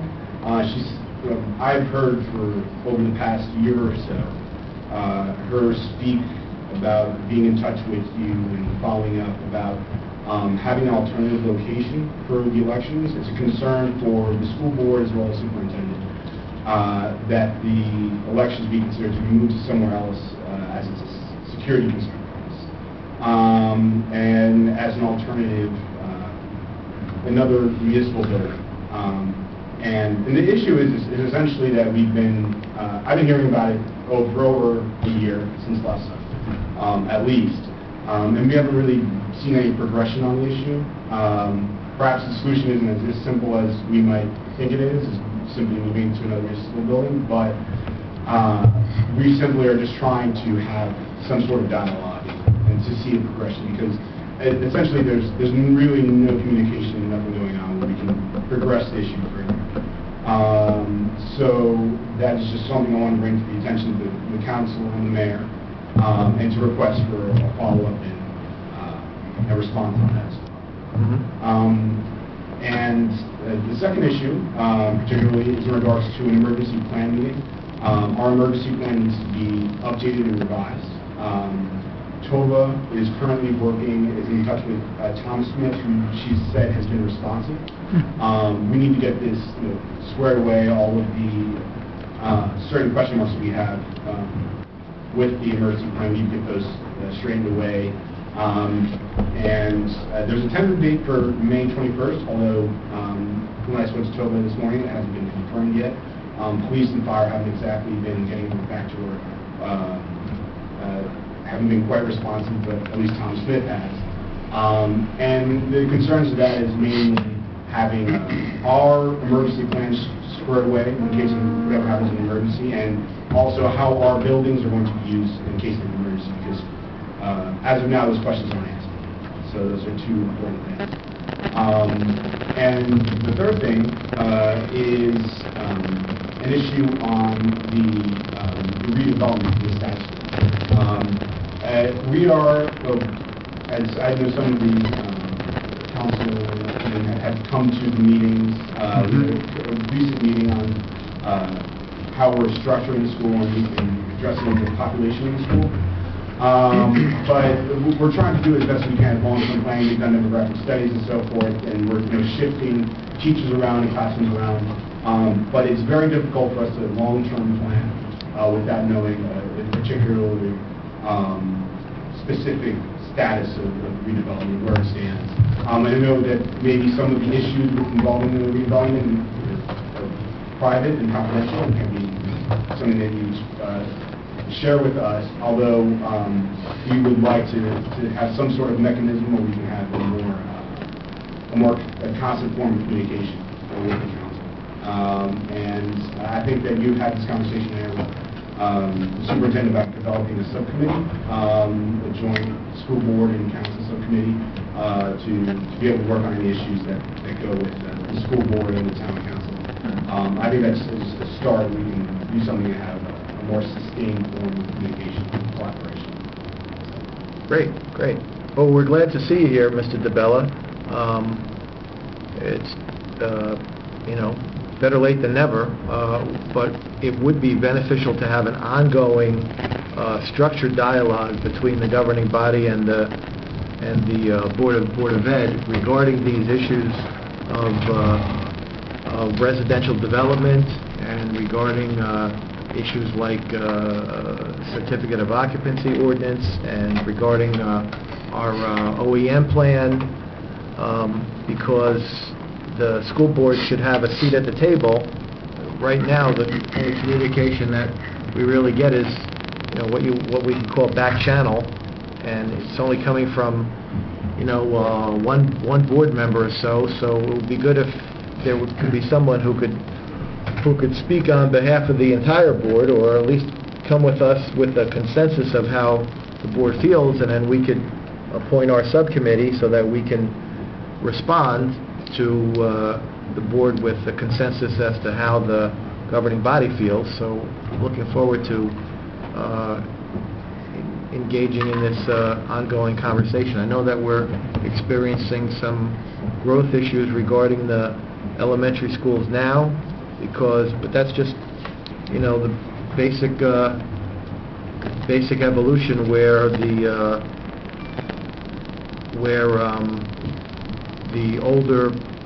older folks are selling their homes and downsizing, and younger families are moving into town, and the school is busting at the seams and having to change classes around and things like that. So that's I guess that's what you can call an expected growth. But when you add to that potential new developments, multifamily housing, then you have an inability to do the long-term planning that you really need to do. So I think every member of the council here is sensitive to that. Would like to give the board a seat at the table when it comes to any type of residential development. We really have our substantive discussions at our 7 o'clock work session. Okay.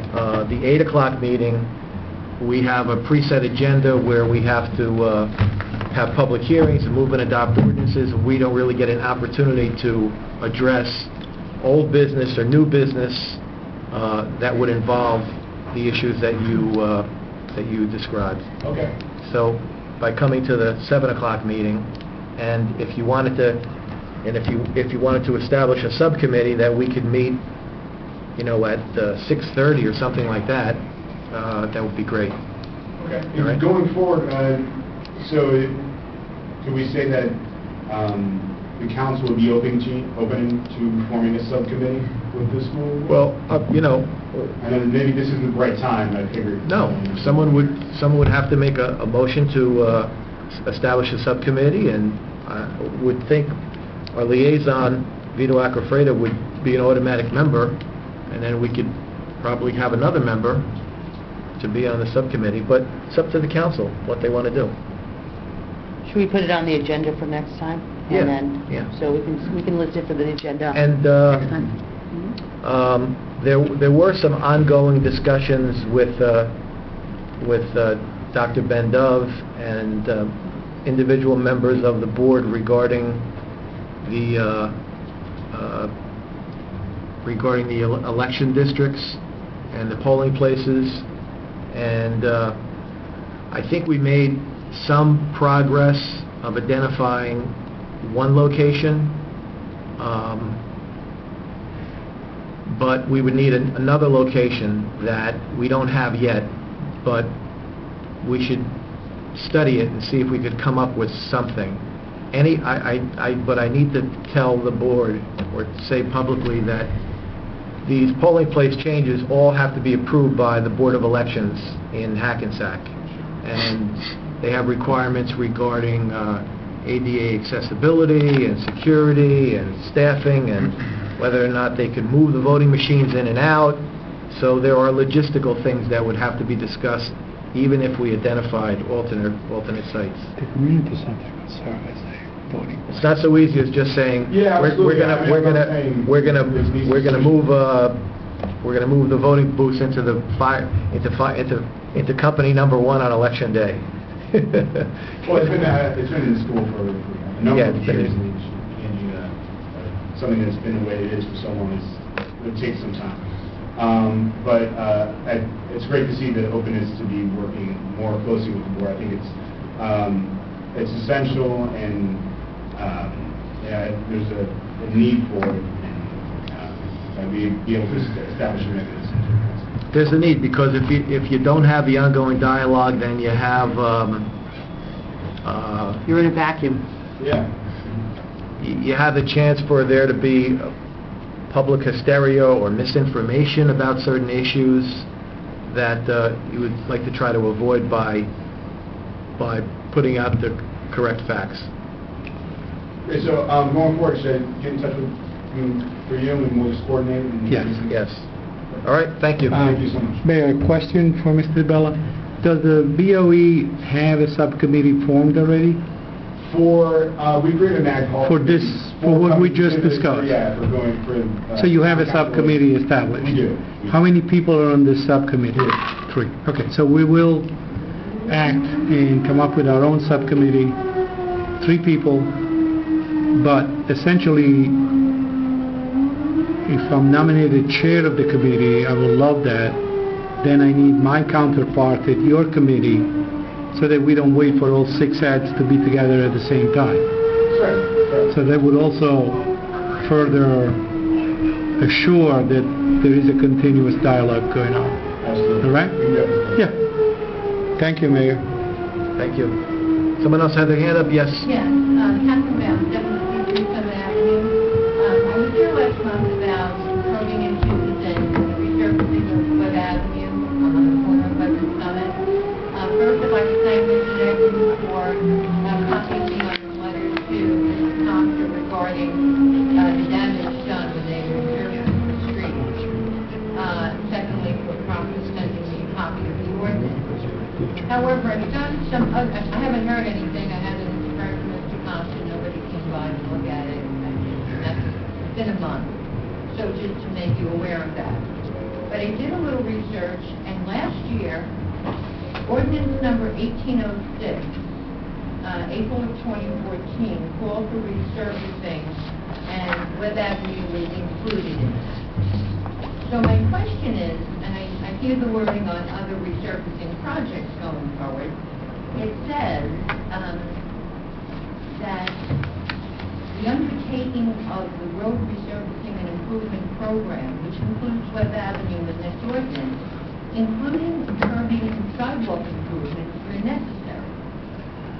Certainly that curve needed repair. But I was told at the meeting last month that my street didn't qualify. But it is on the list included in this particular ordinance. So maybe I'm not reading the wording properly, but I wanted to bring that to your attention and ask you what then this means. I can't answer that question. I don't know. Well, if we have projects that contain the replacement of curbing, sidewalks, and driveway aprons, then the financing allows for that project to take place. But that would be dependent on whether that work is included in the specifications that go out to bid for that project. So we do have some street projects that require the replacement of curbs. Now, we've asked Mr. Costa to look to see whether damage was done during the processing of the street. I sent a follow-up email to him today based on your appearance at the clerk's office. I haven't heard back yet, but you're correct. We did ask a question back in April for his evaluation as to whether the damage was done by the street project. And it did come back in Market. Who does the resurfacing? Does he subcontract to... No, the borough contracts out to an outside contractor to do the actual work. Mr. Costa, as the borough engineer, oversees the project. So he's the first person to contact? Because I know my husband is here to ask when they did the work, who did it, and nobody really answered him. And then, of course, the winter happened and deteriorated even more without any remedy, without anybody to contact. So what do I do now? Just keep coming back here? Well, I sent him a request for a report. We have a meeting scheduled with him, I believe, next week, and I'll bring this to his attention when he attends that meeting if he doesn't respond back to me, before then. I mean, he's my neighbor. He passes the house all the time. Why it's so difficult. And secondly, off this topic, then I guess I'll hear from you after you... As soon as I hear from the borough engineer, I will make an effort to try and get something out of him. But it's interesting that Webb Avenue is part of this 1806. Yes. Ordinance that called for, I don't even think it's replacement, this isn't there. So I don't know why they didn't see that it needed something before they blacktopped it. Okay, but I'll look forward to hearing from you. The second last year, I suggested that maybe as a revenue stream to the town, certificates of occupancy be required on rentals. And I did ask about it last month as a follow-up, and I was told it was with the Board of Education. And that's when I contacted one of the members who said, it's not there. They're not doing anything with it, it's really for the town to decide. So I was just curious. That's why Mr. DeBella, I mean, that's not why Mr. DeBella is here, but now that Mr. DeBella is here, we can have a dialogue between the board and the governing body, and perhaps we could reach a consensus as to whether or not it would be beneficial to have such an ordinance in place. Not only for a revenue stream, that's really not the main objective. The main objective is to make sure that children that are registered in our school system actually reside. Well, that's a collateral benefit as well as for your fire department. Wow. Especially for emergency services. You know, we could find out if there are handicapped residents of a household, what their needs are. It could have many, many applications. Very to have such an positive, yes. So, and I think the point is well taken about future developments. I think the town has two projects, I think, condo. You have condo complexes that are being planned or approved, or... Nothing approved yet. There are proposals for two projects. Which, you know, as a taxpayer, I don't know where the schools can go with it. You know, the increased enrollment, we think we're moving kindergarten back to Roosevelt. I think, which I think they really belong there. But I think, you know, council or whoever is the decision-making body should take those concerns first. Thank you. Thank you. Anybody else? Yes. I'm part of 719 Oak Avenue. Good evening, everyone. Hearing the conversation and the dialogue going back and forth, a little disappointed. It's May, gentlemen. Let's wait till September at least before we do the snarking and giving a biography on Councilman Mignon. It's a little early for that. Just reading the public record, that's all. I understand, Mayor, but clearly, I mean, it's well-researched, I'll give you that, but it's a little early. Now, to Councilman Mignon's point, while I was listening to you gentlemen, these are gift cards. Got them as gifts. Everybody loves gift cards, right? I love getting gift cards. Do you know why businesses love gift cards? Because either two things are going to happen. One, you're going to leave a couple pennies, maybe 5 cents on it, and that's money that they'll ultimately keep. More likely, though, when you spend the gift card, you're going to go past it. All right? And that's why businesses love it. Now, you guys aren't consumers. You're elected to govern. And when you're going out to bid or you're going to do a project, you have an obligation to say, all right, yes, we have relatively free money. Somebody gave us a gift card or a grant. Look at it. Say, all right, this is what I have. I have a $50 grant. I have a $500,000 grant, whatever it is. Keep it within the confines of your grant. And if you can't do that, well, then reevaluate the project. Is it worthwhile?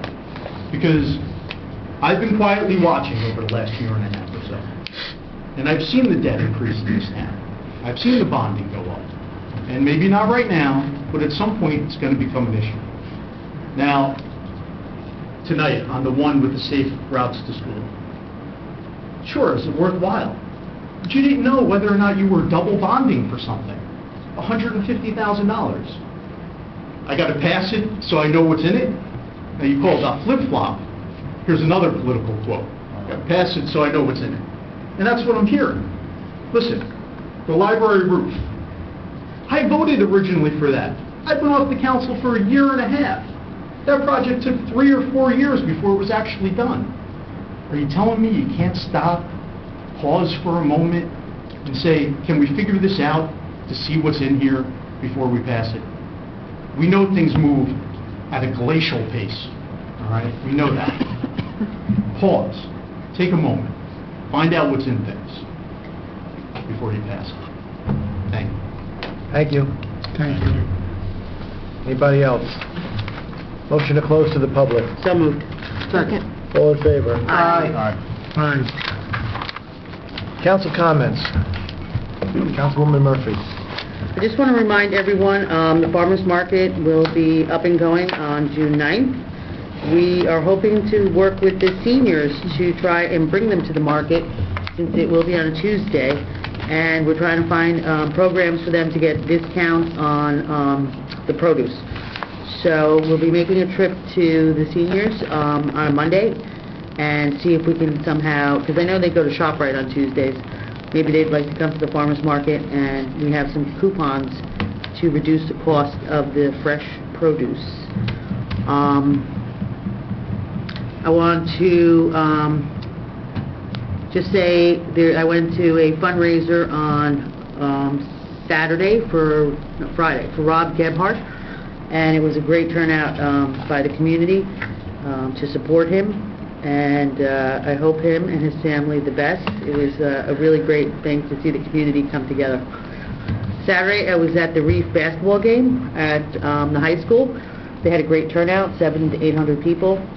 Again, it was a lot of hard work by Reef and everyone that sponsored. I would like to say thanks, CFS Capital and Riverside Oral Surgeons that helped to sponsor the event. And hope to see everyone on Memorial Day. Thank you.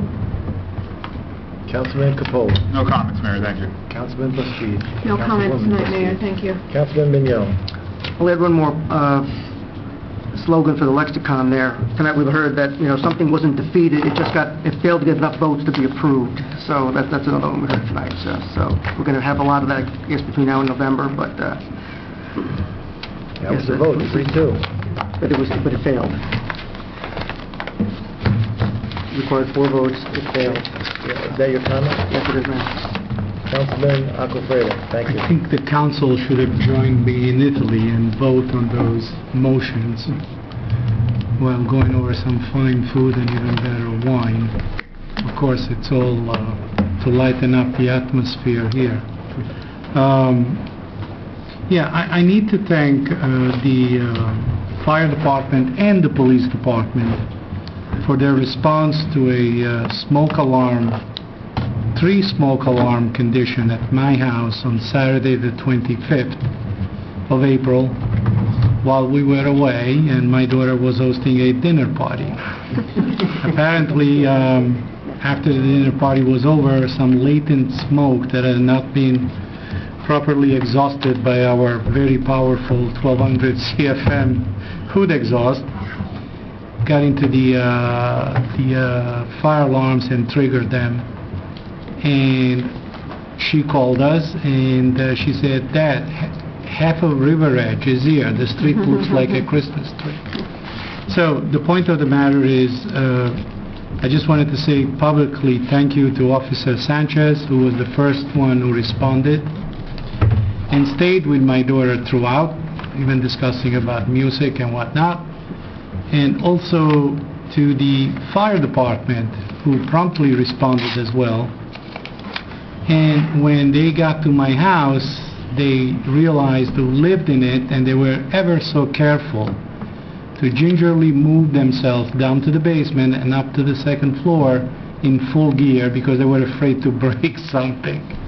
So, again, something on the lighter side of things that make a good reason to live in this town.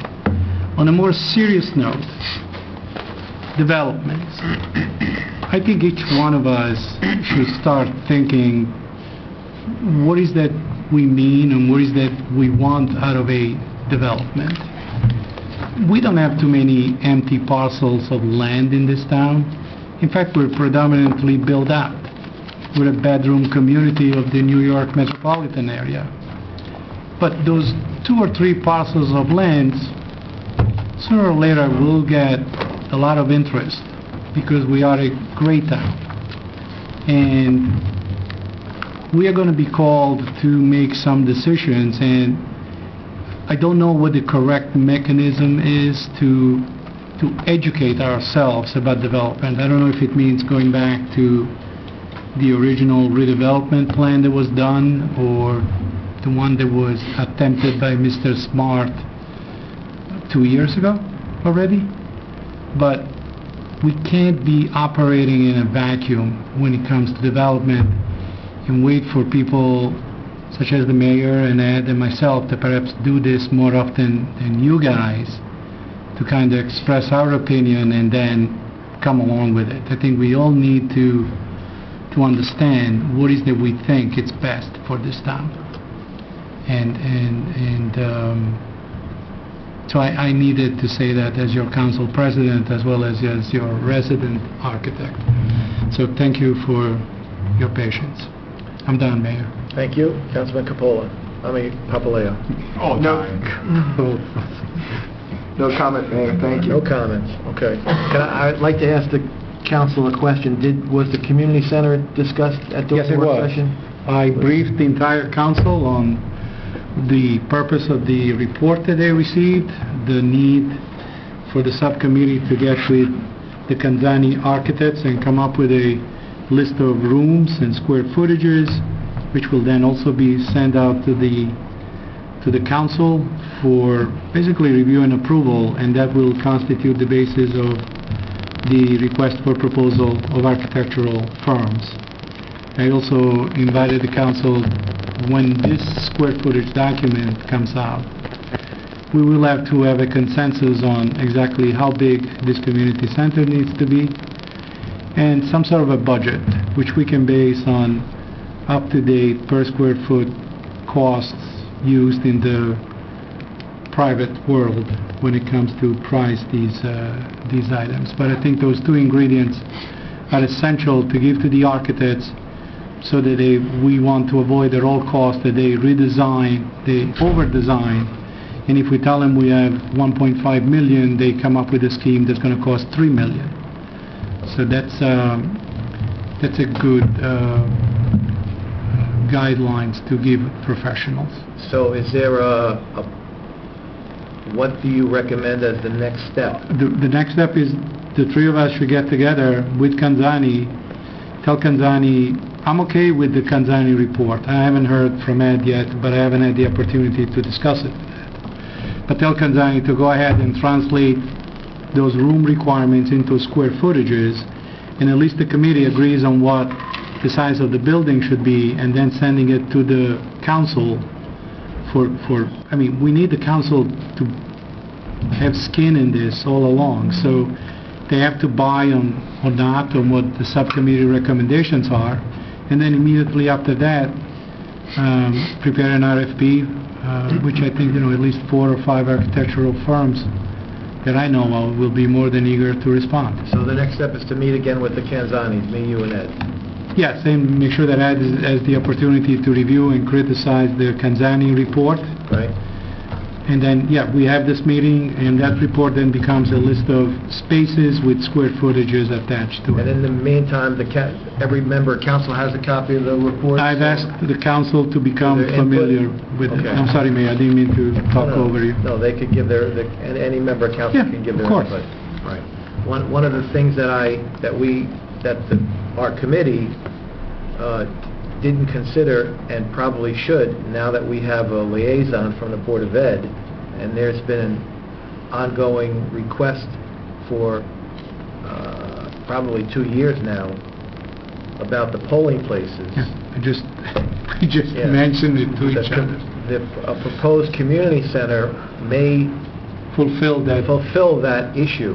If we had a proposed community center that's centrally located, like the area where we propose that we have a community center, and if it's large enough to accommodate all of the voting districts, then we could change the polling places, subject to the approval of the Bergen County Board of Elections. Board of Elections. So that's another reason to get And this we wouldn't have to done. worry about ADA compliance because whatever we do has to be ADA compliant. Okay, good. Mayor, could I just ask, how would you like our comments to be returned to the subcommittee? Are we going to list this on a work session, or are you looking for us to do that via email? How were you looking for us to get the comments back to you? I don't know. Ed? What's the I would say put way? your comments in email to the mayor. Yeah. You can distribute them to us, I guess. That'd be better. Yeah, send your comments. Simple as mine. Okay.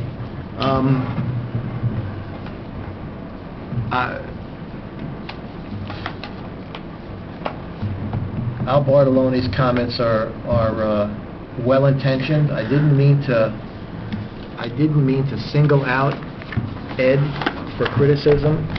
In fact, when I looked at the record of these grant applications and these bond ordinances, I saw that the council was unanimous in applying for the grants and paying the grant consultant and including certain improvements. There was a request that Ed made at one time to include a radar display in the grant application for this safe routes to schools. So, you know, it wasn't meant to single out him. Councilman Coppola also voted in favor of it all of those other times.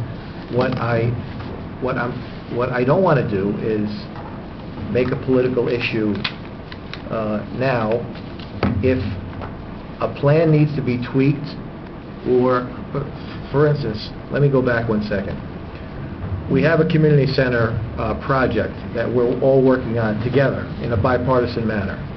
We intend that a good portion of the funding from that community center project will come from something we call unallocated capital. We have about maybe $400,000 in unallocated capital. That money got there because every time we go out to bond something, we make sure that we bond a sufficient amount of money to complete the project. And many times, there are amounts of money that are left over after the project is completed. And that additional amount of money, at the beginning, seems like it's a lot, but at the end, it becomes unallocated capital. And it's a reserve that we could then allocate for a specific purpose. So these bonds here, the one for $450,000, seems like it greatly exceeds the amount of the grant of $315,000. The bond for $1,090,000 seems like it greatly exceeds the $800,000 that we received in the grant award. Hopefully, we won't have to spend all that money, and then some portion of it that's remaining will become additional unallocated capital. So it seems like so we should try to avoid politicizing this issue. If we want to tweak the scope of the project, you don't have to do it by grandstanding at a public meeting when we vote on the bond. The way to tweak the project is to do it in subcommittee, or to do it in a work session, or to do it by discussion, or have the engineer here so that we could tweak the project, or when we sign off on the specs, to make sure that the council is all on the same page for the way the project is going to be built. Because Ed is the engineer on the governing body, and he always has worthwhile comments regarding engineering issues. So we should take them into consideration. And Ed, I'm not trying to create an election issue or anything like that. I just think that there's an appropriate time to raise the issue regarding the scope and the design of a project, and it's not for when we vote on the bond. Can I have a motion to adjourn? So moved. Second. All in favor? Aye. Thank you. Oh, we have to go into Oh, closed session. no, we have to go closed session now. Yes. I'll get this. If I asked the Fort Wheeler Council to vote on a bond ordinance not knowing the scope, they would laugh me out.